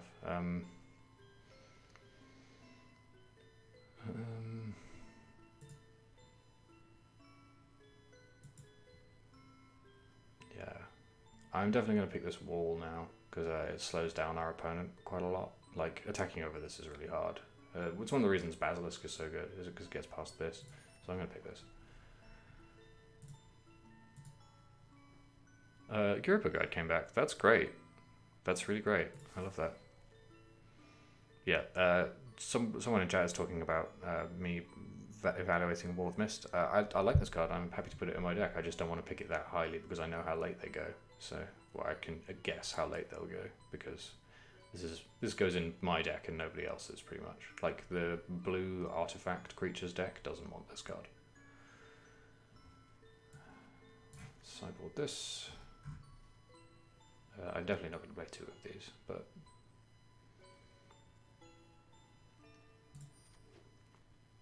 okay, let's pick. Oh, this is another fixing land just in case we need it.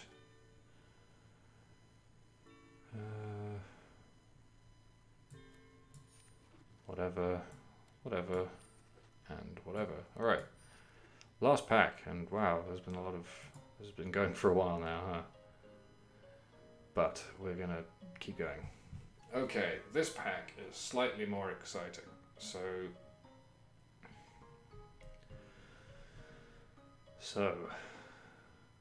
what do we have here? We have a lot of cards, another 15 card pack, and we have a lot of very, very pickable cards.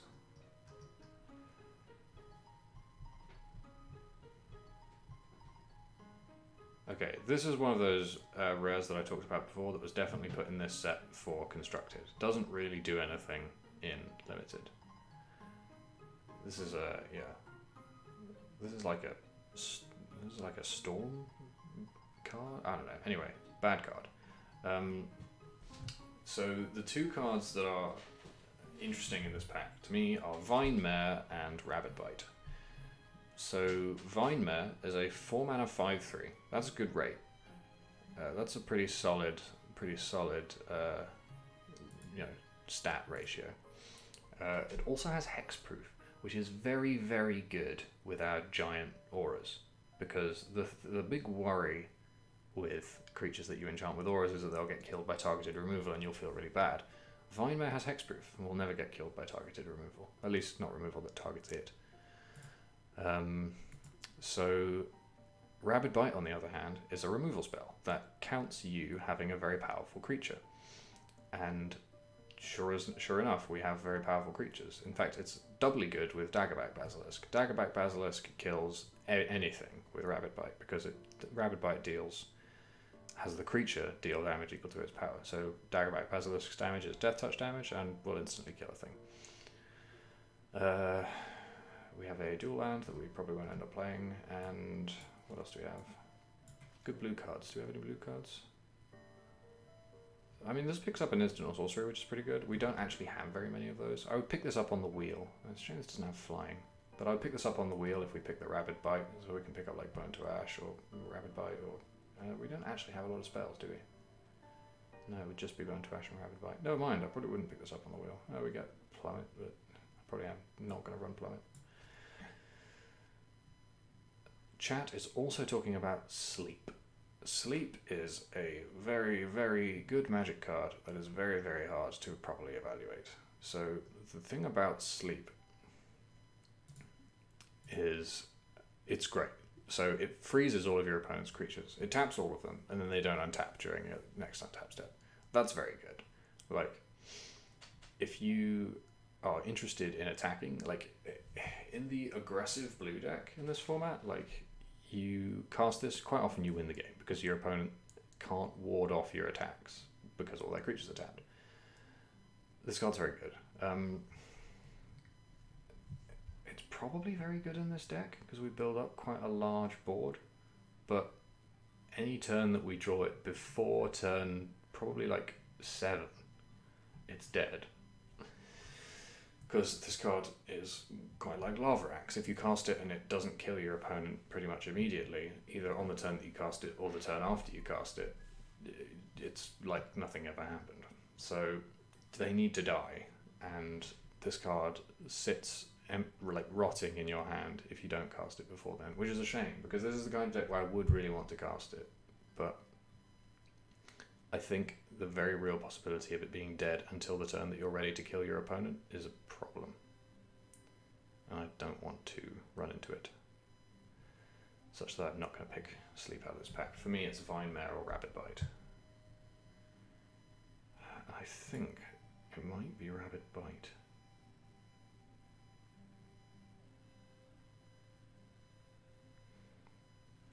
So we have, let's have a look. 1, 2, 3.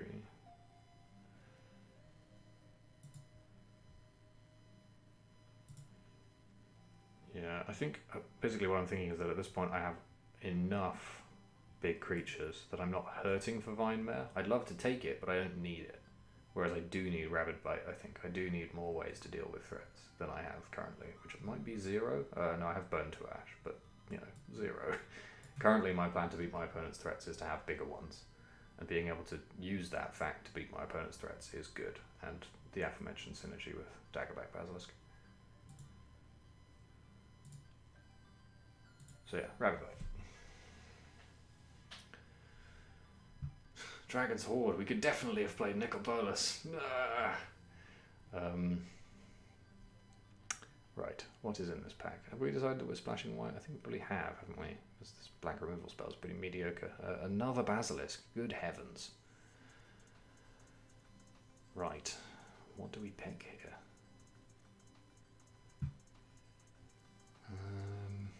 I think we're at the point where... Well, are we at the point where... Dragon's Horde is sort of like another Manolith, I guess. We don't have any dragons, but that's probably fine. Do we play a second one of these, maybe? Maybe not.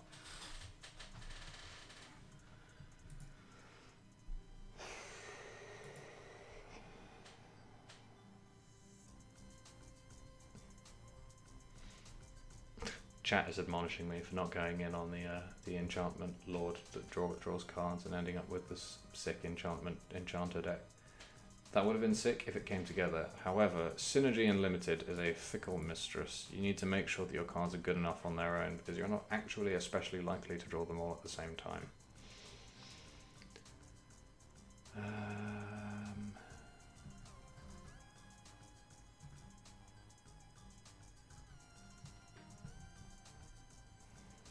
Right.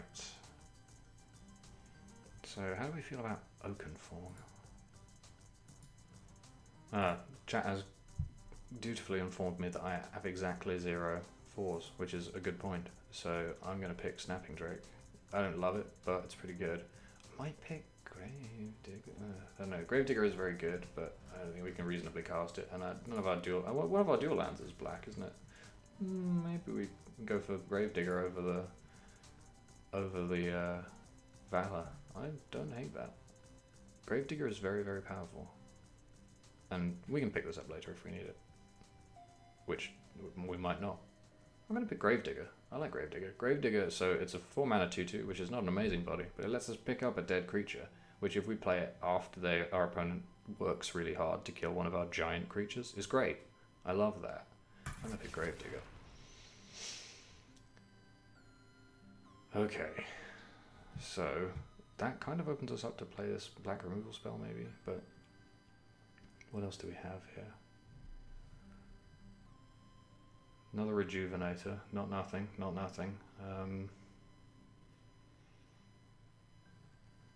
Skilled Animator is a super cool card. So yeah, the artifact deck in this format really likes having Skilled Animator, which lets you turn your 1/1 Thopters that your various Thopter makers make into 5/5s, which is great and cool.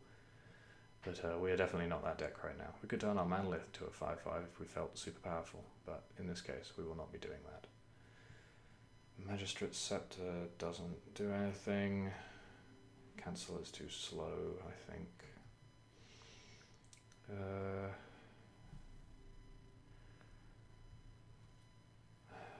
I think I'm going to take the Rejuvenator, maybe. I know we've got quite a lot of ramp now, actually.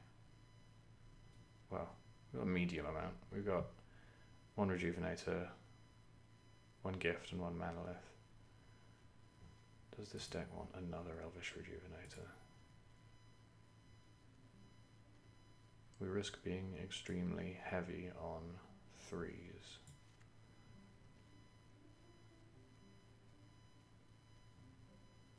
Elvish Rejuvenator is a ramp. We have 3 ramps.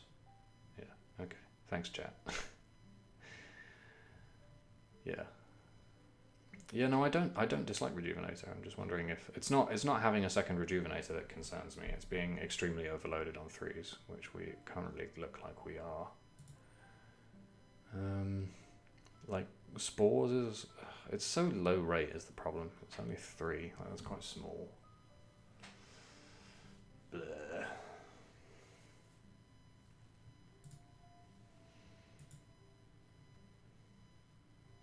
I'm going to pick the Rejuvenator, but not marry myself to playing it, I think.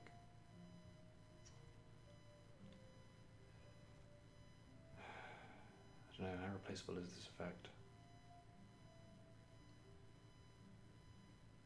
Dragon's Horde might come back around. This is a 1/1. Oh, let's just pick it. Whatever. Right, what have we got here? Giant Spider is good. That's a good 4. That's the kind of 4 we want to pick up at this point.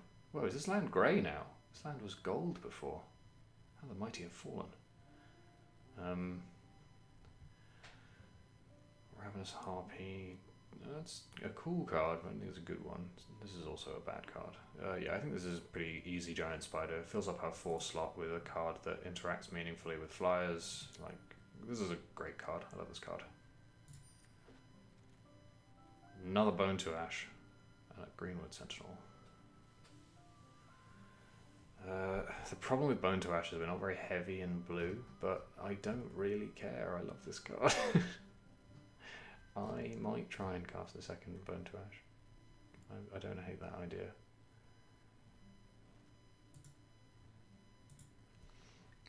Equally possible is something like Greenwood Sentinel, or even maybe Anticipate. So we have 2s. Yeah, maybe the 2s are right. I don't know, actually. Now we have 1, 2... Okay, yeah, so we only have 2 drop creatures. Yeah, alright, okay. Greenwood Sentinel it is. Fine. You've convinced me. I'm not going to pick Pontiac. Sad though it makes me. We do need to stay alive, so... Thornhide Wolves is very, very replaceable. It's just a big thing. Like, our existing 5s are pretty good. Actually, yeah, we could probably do with 1 more 5.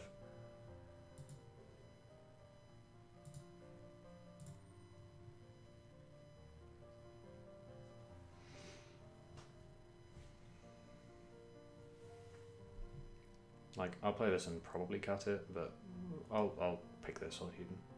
Yeah, I'm gonna pick this. 2s are just fucking pouring in now.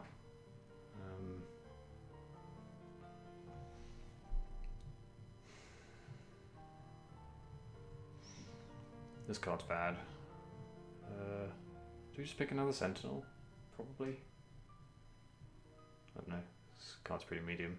This pack's pretty medium even. Another Wolves. Mind Rot seems like it might not be awful. Like, I think we're probably the kind of deck that wants to play Mind Rot, right?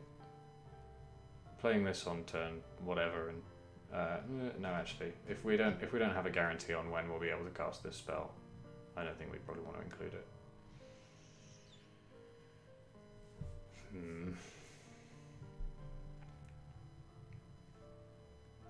Yeah, we ended up in pretty much exclusively in green, huh?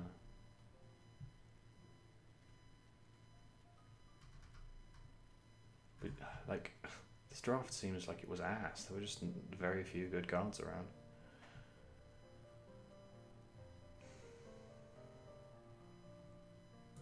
We're not going to play these cards that I'm picking. Get a fixing land? That's not bad.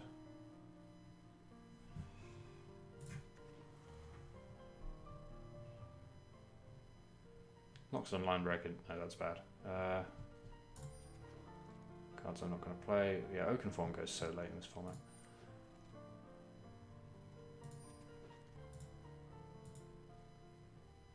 Chat is trying to shade me, saying I married myself to the first card I drafted. I definitely didn't. You can watch back the VOD. Check the tapes.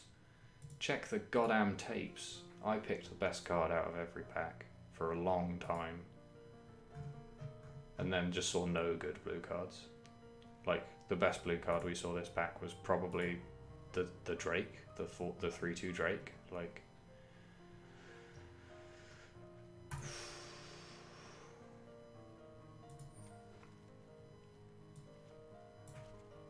yeah, check the tapes.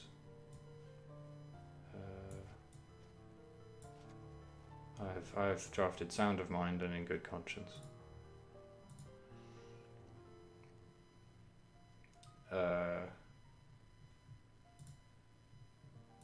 So the chat is asking for people who weren't here which picks put me into blue. Early, I think it was pick 2 or 3, Aven Wind Mage and Bone to Ash.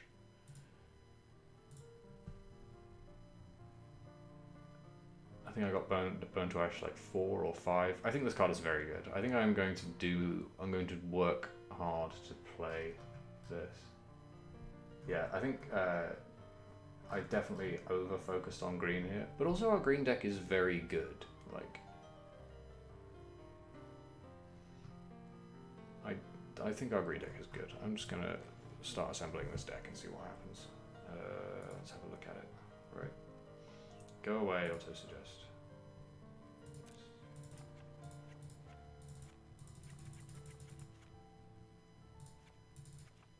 Okay. So we have 28 cards, and we need to cut some. So what are we gonna cut? Probably Doom Dissenter. Probably one of these walls. We have so many fucking sentinels. Jesus.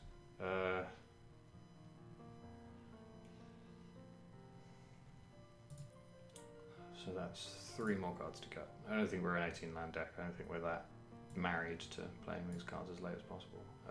Yeah.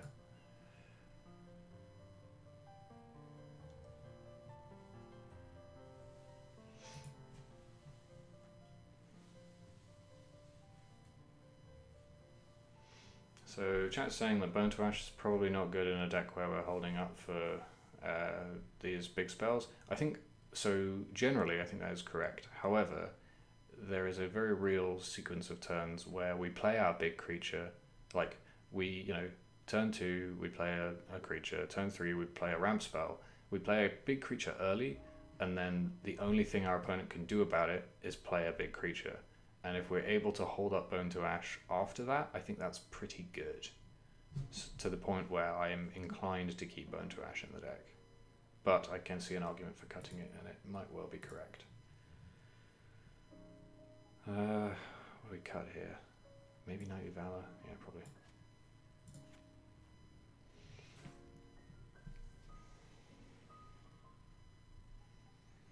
Oh yeah, these open forms. We don't want those. And that's 23 cards. Right, are there any better cards in our sideboard that we're missing? We also need to make sure we don't forget to add our fixing lands. 2 fixing lands, that's pretty good.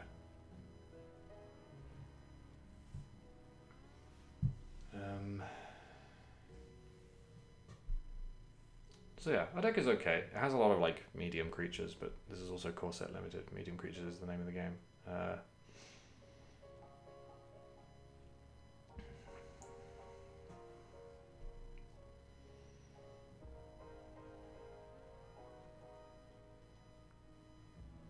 Yeah, I think this is probably the best version of our deck in our pool. Maybe there's room for Gyrupa Guide over one of these doofy 3-drops that we have. I'll probably think about that over the course of the first game. I'm not really sure the extent to which activating this ability is powerful in this format. I guess we'll find out. So I'm going to play overwhelmingly forests.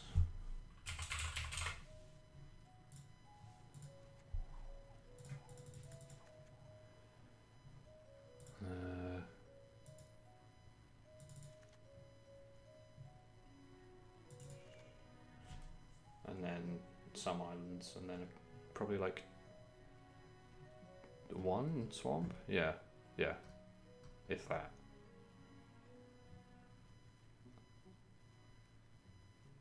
I don't think we actually do want the swamp, do we? Because we only have 1 black card. It's a good one.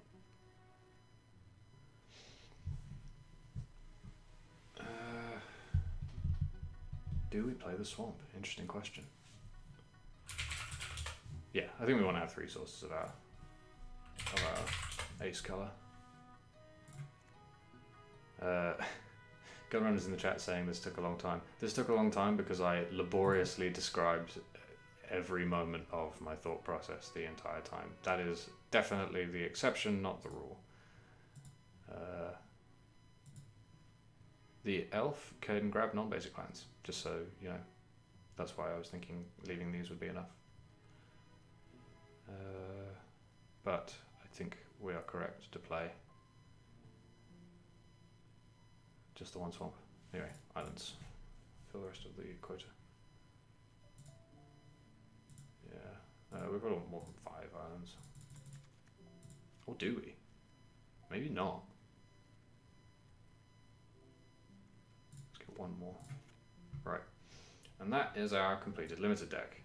So it is exactly 40 cards. It has 23 non-land cards and 17 land cards. This is the standard. And it has a fairly reasonable curve. I don't hate this curve.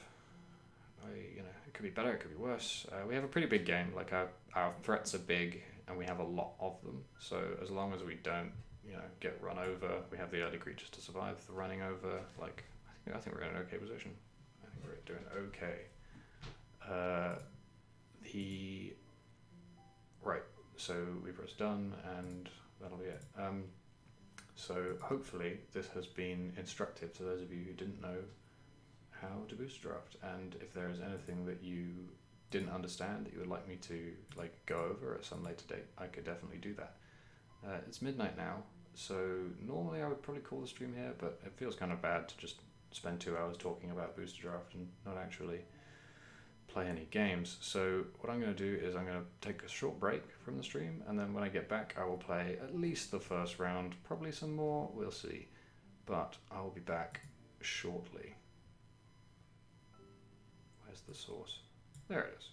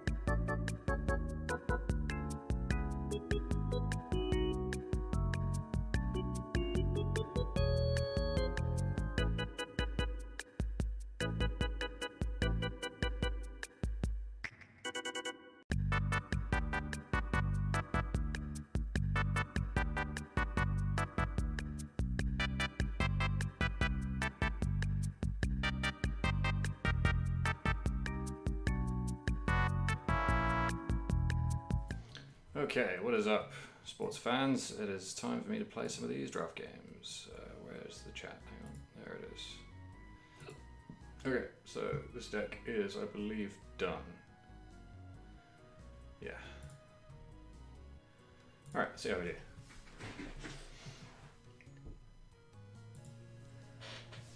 Wish me luck. I'm not going to play these games as slowly as I was drafting, so I might skip over some stuff, but there's a timer this time, so, you know, that's how it be.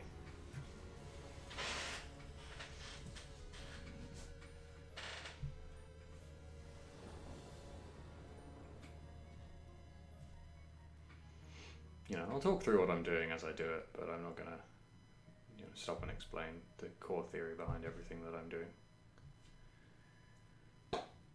I might do a video similar to this one on how to play limited games at some point, but I don't know.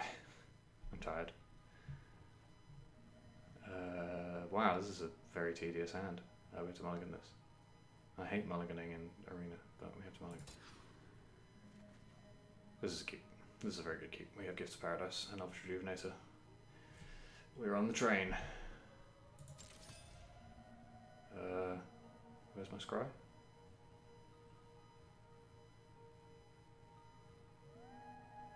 Excuse me? Oh, right. Bottom that. We don't need it. Excellent, excellent, excellent, excellent. We have turn 2 Sentinel, turn 3, probably Gift of Paradise. Yeah, opponent mulligan to 5, that's always a good sign.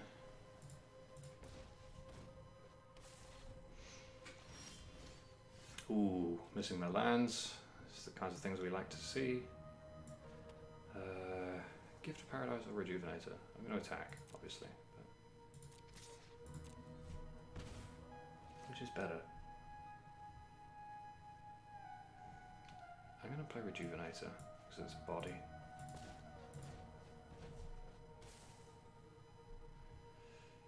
Yep, cool. Take this forest, put that into play.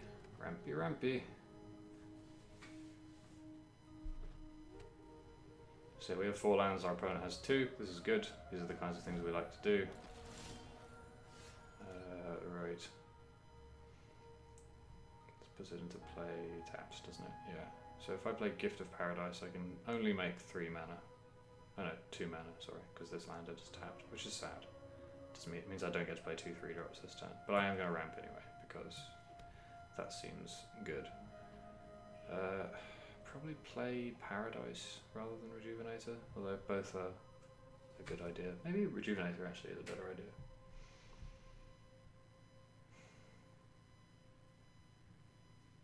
Or maybe, no, I'm going to play Basilisk this turn and then play Gift of Paradise and Rejuvenator next turn. That's a better idea. I think. It's close.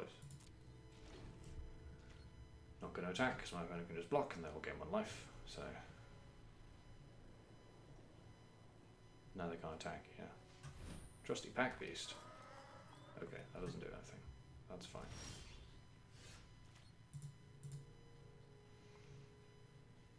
Okay, now I can play Gift of Paradise.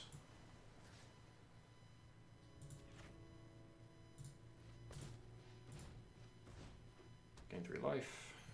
And probably Giant Spider, because that lets me use all of my mana, which I love to do.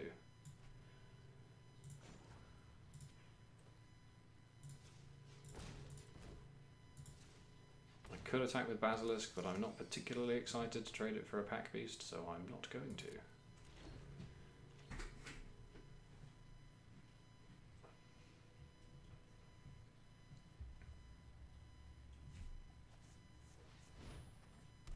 Okay, so they have a 3/5 now, which is weird. See, now we're in a really good position to hold up Pontiac, which we can do. So. Even if we play Rejuvenator, which I think I'm also going to do to, you know, to do that. Yeah, so... oh, we can even make it look like we don't have it by using our Gift of Paradise to make the blue mana. Hell yeah. Sweet. Take our, probably our forest, yeah.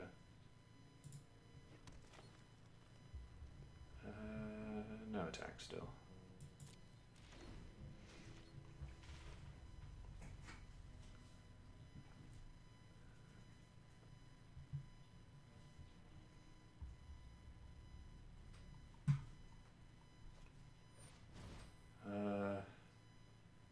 I'm not going to counter that spell because I don't care about it. I can just block it with my spider.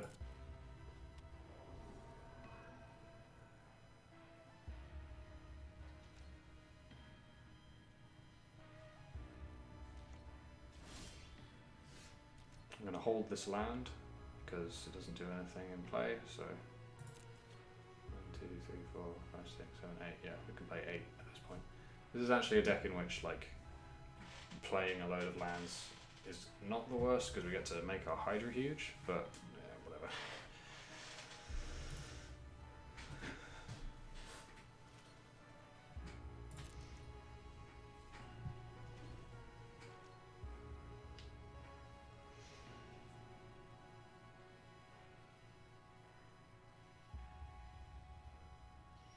The opponent is really stuck on lands. We need to draw a big creature. Oh, our deck's actually looking kind of lean. That's not bad. That's not bad.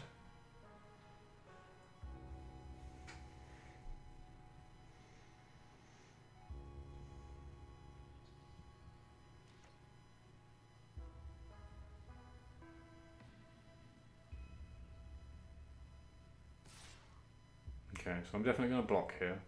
Opponent probably has something, but there's not really any reason not to block, because if I don't block I don't really get to attack back, so they can spend another card to get rid of my spider if they want. Whatever.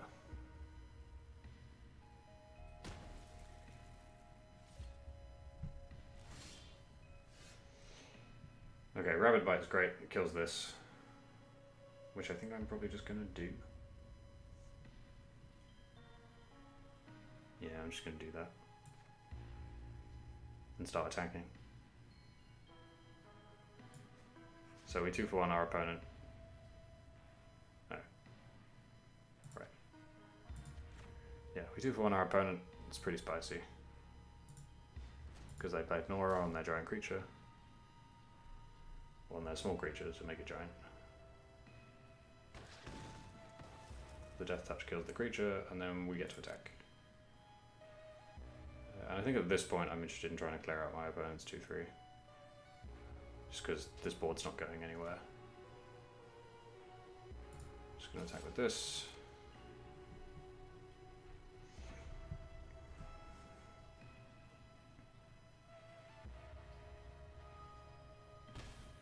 Printed on block. Nice.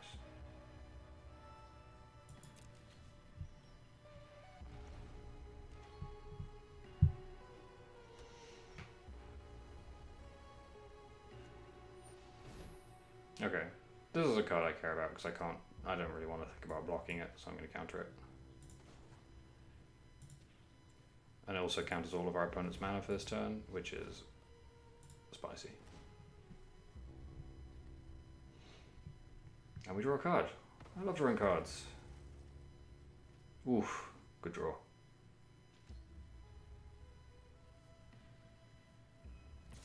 Because this lets us just suit up all of our small creatures. Do I double block here? I think maybe I do.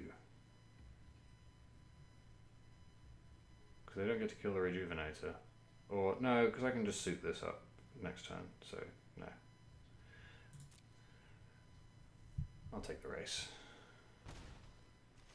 Actually, I'm going to suit this up, aren't I? Still no big creature. Still stuck on tiny sentinels.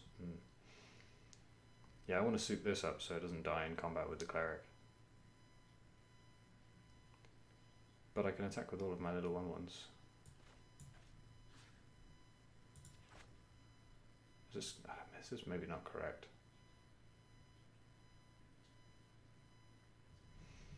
No, I'm just going to do it. I'm just going to start racing.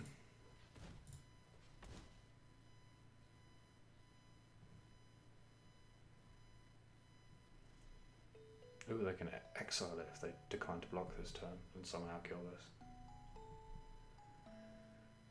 You don't have any spells.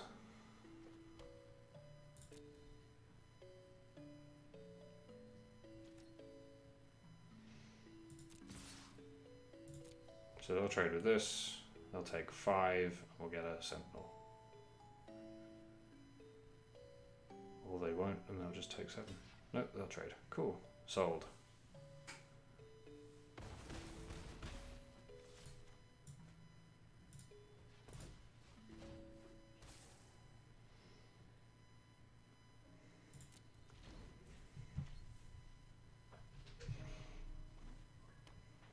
So this now survives combat with this, which is nice.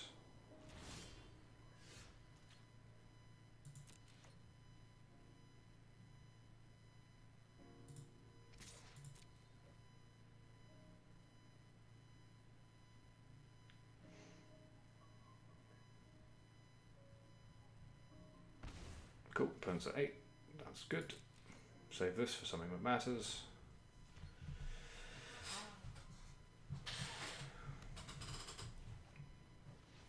Like that maybe, I don't know. I mean, I suppose they spent all their mana on it, so I might as well give them the courtesy of spending a spell on it.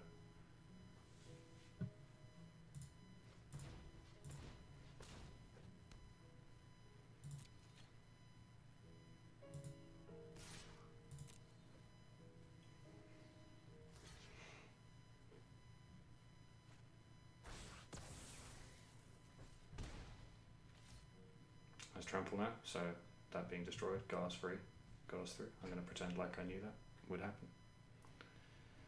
I'm going to play this forest. Drawing remarkably little of our big game here, but yeah, it does happen. Okay, cool. Opponent is dead in the ground. Alright, nice.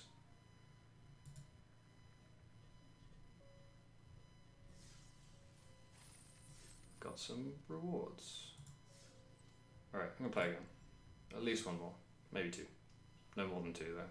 Unless they're really, really, really fast, which our deck doesn't really seem capable of doing. So yeah, opponent mulliganed badly and had like no interaction, so bad luck to them. However, we continue unfettered.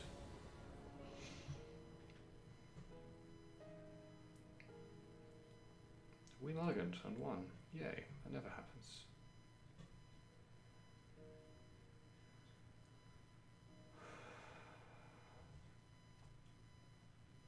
another unkeepable hand.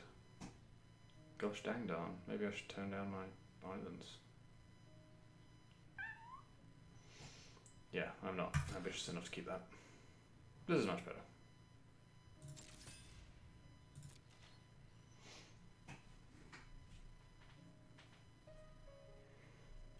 Maybe this was an Oaken Form deck. Maybe I should put an Oaken Form in.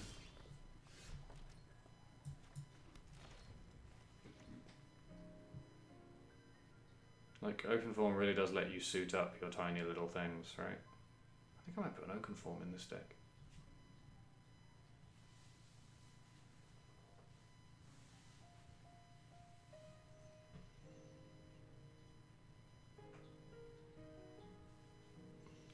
Do something. Opponent's thinking really hard about what 2 they're going to play, which indicates to me I'm probably dead. Oh, blue-red, eh? 1/1's tribal, eh? See how you deal with my Greenwood Sentinel. That matches up pretty good against some 1/1s. Ooh, Wind Mage, eh? I see your Wind Mage and raise you a Wind Mage.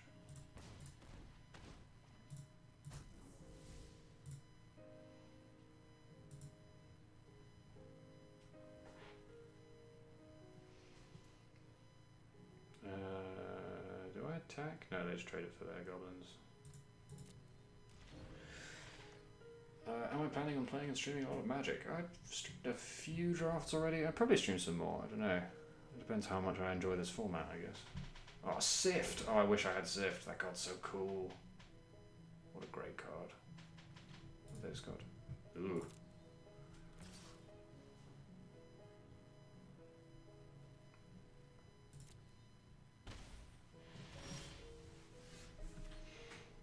Alright. Do I play... We didn't draw land, that's very upsetting. Do I play... I think I Rabid Bite their Wind Mage and attack for 3? Probably. Ugh. Very upset not to draw land, but it was probably going to happen. Yeah, I think I'm going to... maybe that's not good. I suppose our Wind Mages are in trade-off range after that. Can't attack past these bloody goblins.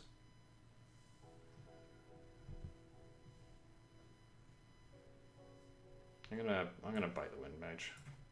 It's probably not right, but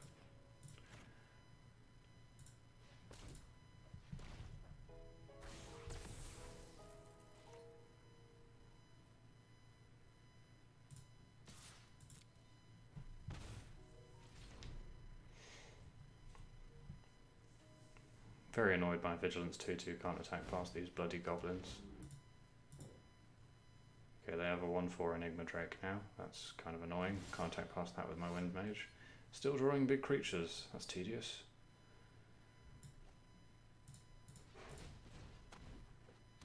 Play Basilisk.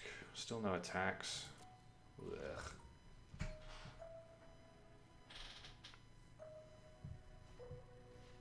Okay, opponent's got the butts. Opponent's got those butts that won't quit.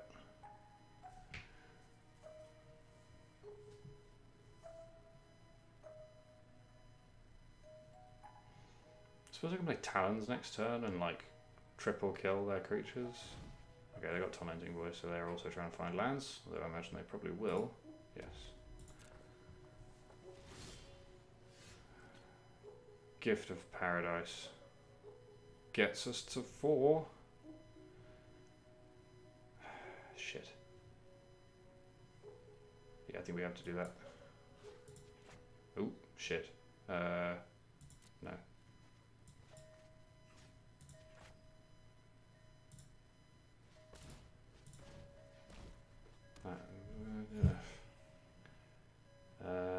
No attackers still. We gain 3, which is not nothing in this particular situation.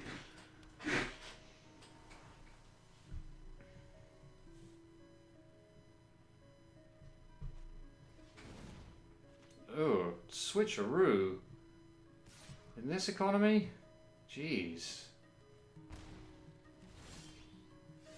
Alright, we're at 5. Which means you can play our 2 twos.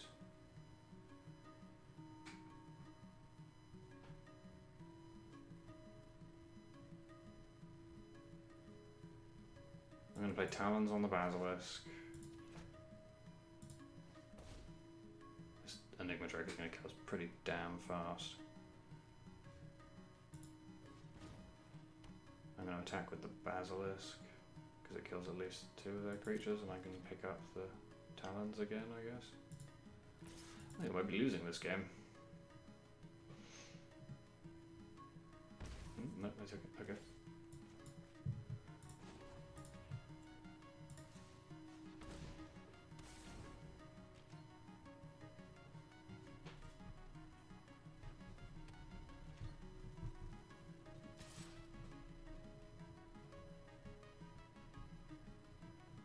God damn it. Alright, we're going to start taking damage pretty fast.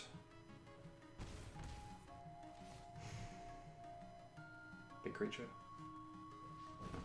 Medium-sized creature. That's pretty good.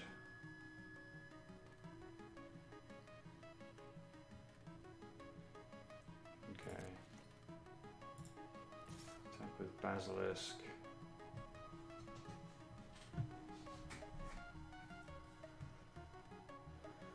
Yeah, I can't really attack if they have... maybe I can. Yeah, come on. They're not blocking, so why not? Because this... Well, whenever this doesn't die, does it? No, never mind.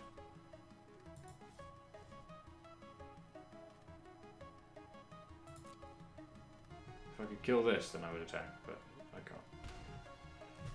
Spoiler.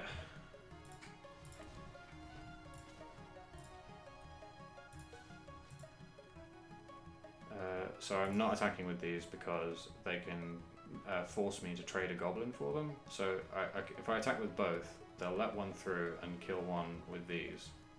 And the Omen Speaker doesn't die, which means that I can't then attack with the Sentinel again later. So I just lose a Sentinel for a goblin and don't really gain anything else. Oh no.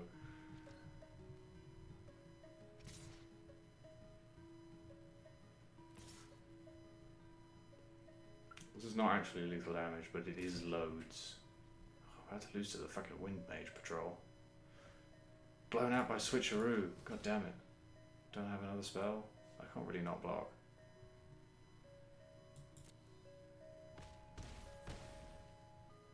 Right. Well, I'm dead to what? Oh, fuck. Yep, we're dead. Shit.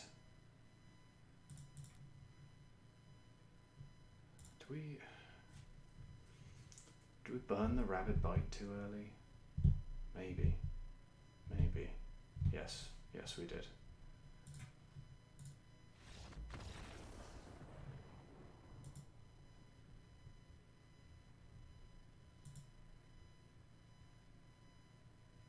Silver 4? How can I be silver 4? All I have done is I fucking... Okay, whatever. It is what it is. Let's play again. One more, and then I will go to bed.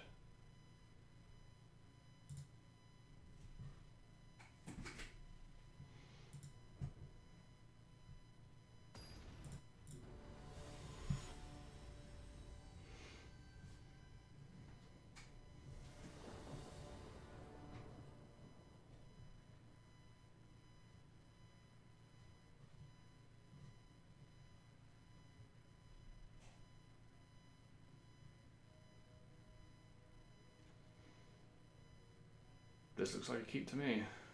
It's marginal, but we have the wall and rejuvenators, so I'm okay with it.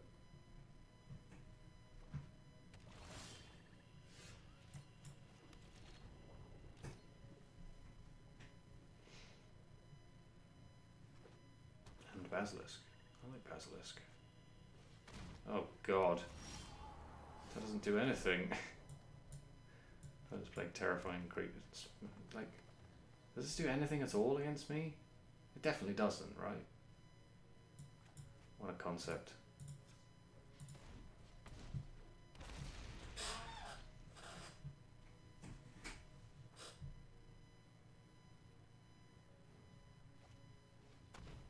explosive apparatus. Womp womp. Right. I'm gonna play Wind Mage. No, I'm not gonna play Wind Mage. I'm just gonna. Wait, do I care if they apparatus my Wind Mage? No, I'm gonna play Rejuvenator.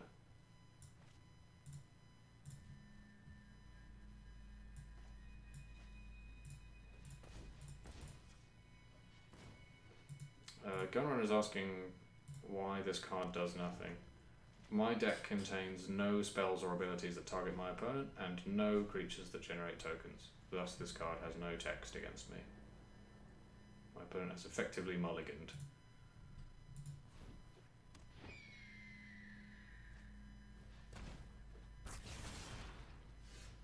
Great, that's a big card. Can't wait. Let's cast that at some point.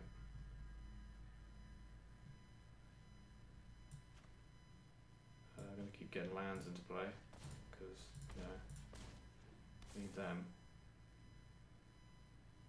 Let's get another island, I guess, so we can eventually play our Ghastbark twins. No attack.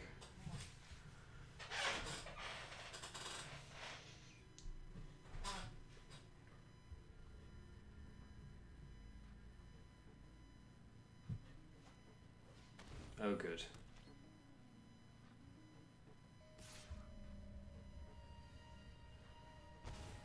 Reasonable aura, actually. Ah, Giant Spider's a pretty good draw there.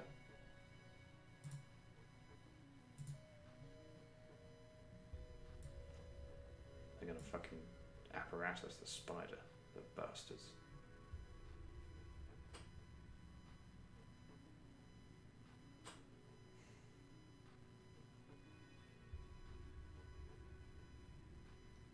Need to find a way to not lose to Rustling Falcon, because that would be the most embarrassing thing in the world.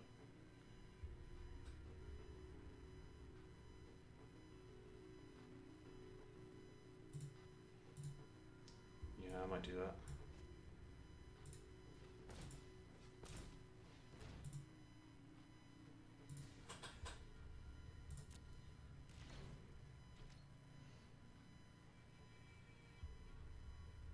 If they spend the turn apparatusing my Wing Mage, I'm okay with that.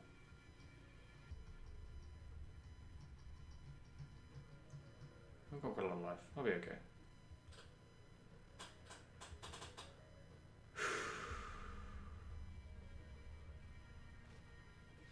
Fountain of Renewal. Okay, opponent's gaining some life.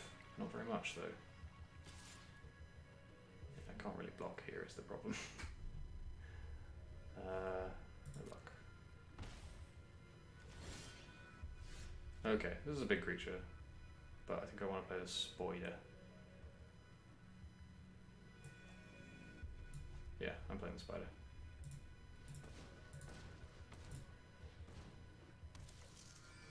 No attack. Opponent can apparatus my Wind Mage, but then I can still block the Falcon.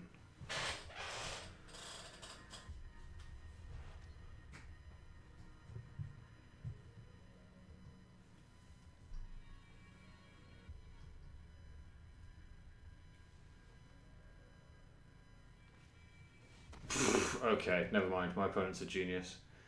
Right. I don't have a lot of ways I can beat a 5/6 Rustwing Falcon. I suppose I could. Well, I'm going to take 5 here.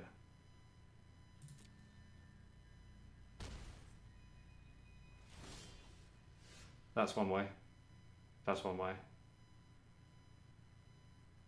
That categorically gets there, I do believe.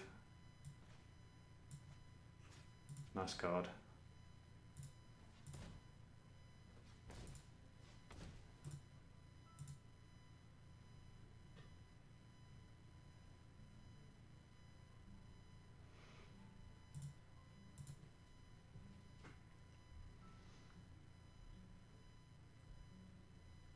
They can't destroy that in these colours, can they? No.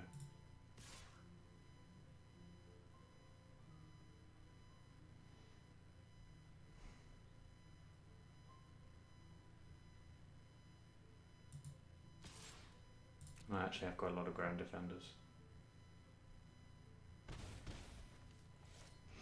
And then I'm going to play the Baloth.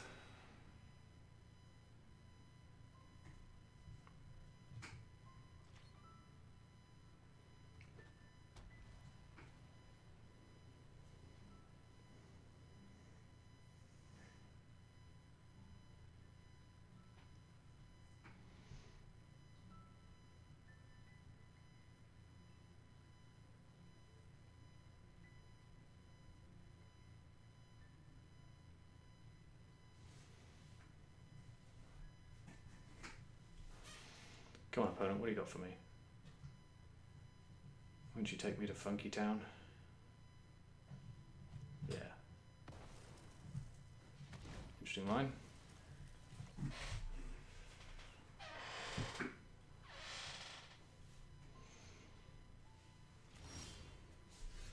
Okay, I have 5 mana, so I'm going to play the Bailiff after I attack with my Spoiler.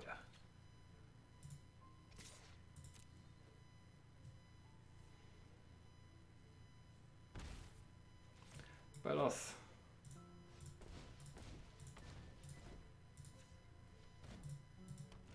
Yeah, I don't really get the main phase apparatus, but hey, it happens, I guess.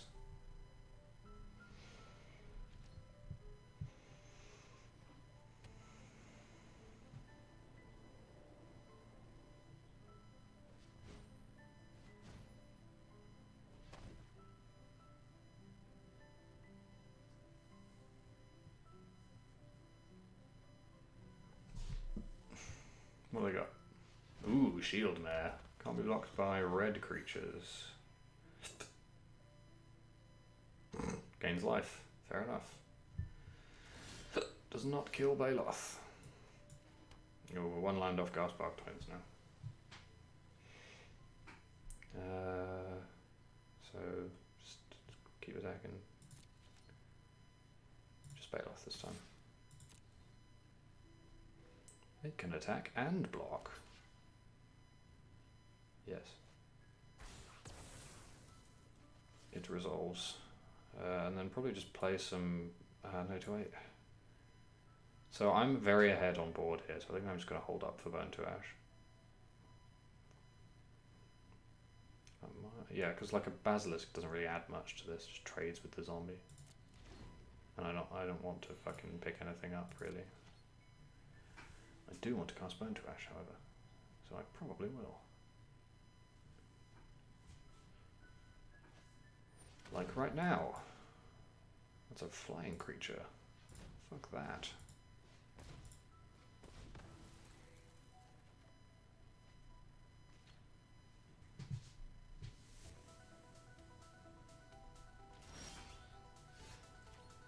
Okay, we can play Gaspark Twins now, which is great.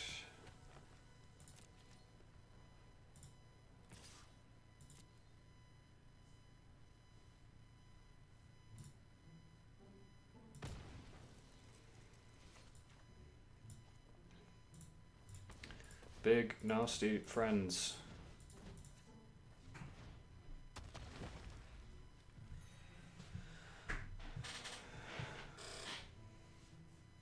Tromple.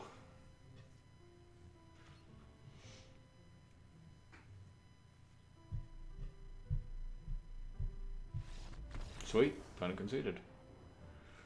Okay.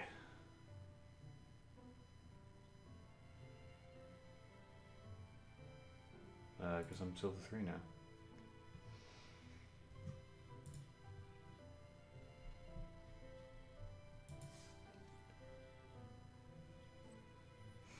Am I going to play the 3rd one?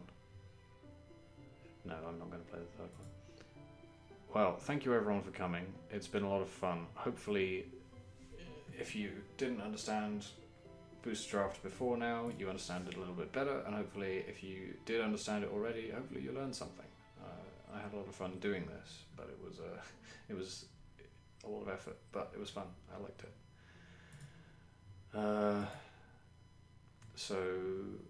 One last thing. Gun Run. When Shark Sorbet says, damn, chumping at 21 life, what they mean is chump blocking, which is a Magic the Gathering slang term for blocking simply to preserve your life total. Normally when you block, you want your creature to trade with theirs. However, chump blocking, sending a chump into battle to absorb some damage for you, is chump blocking.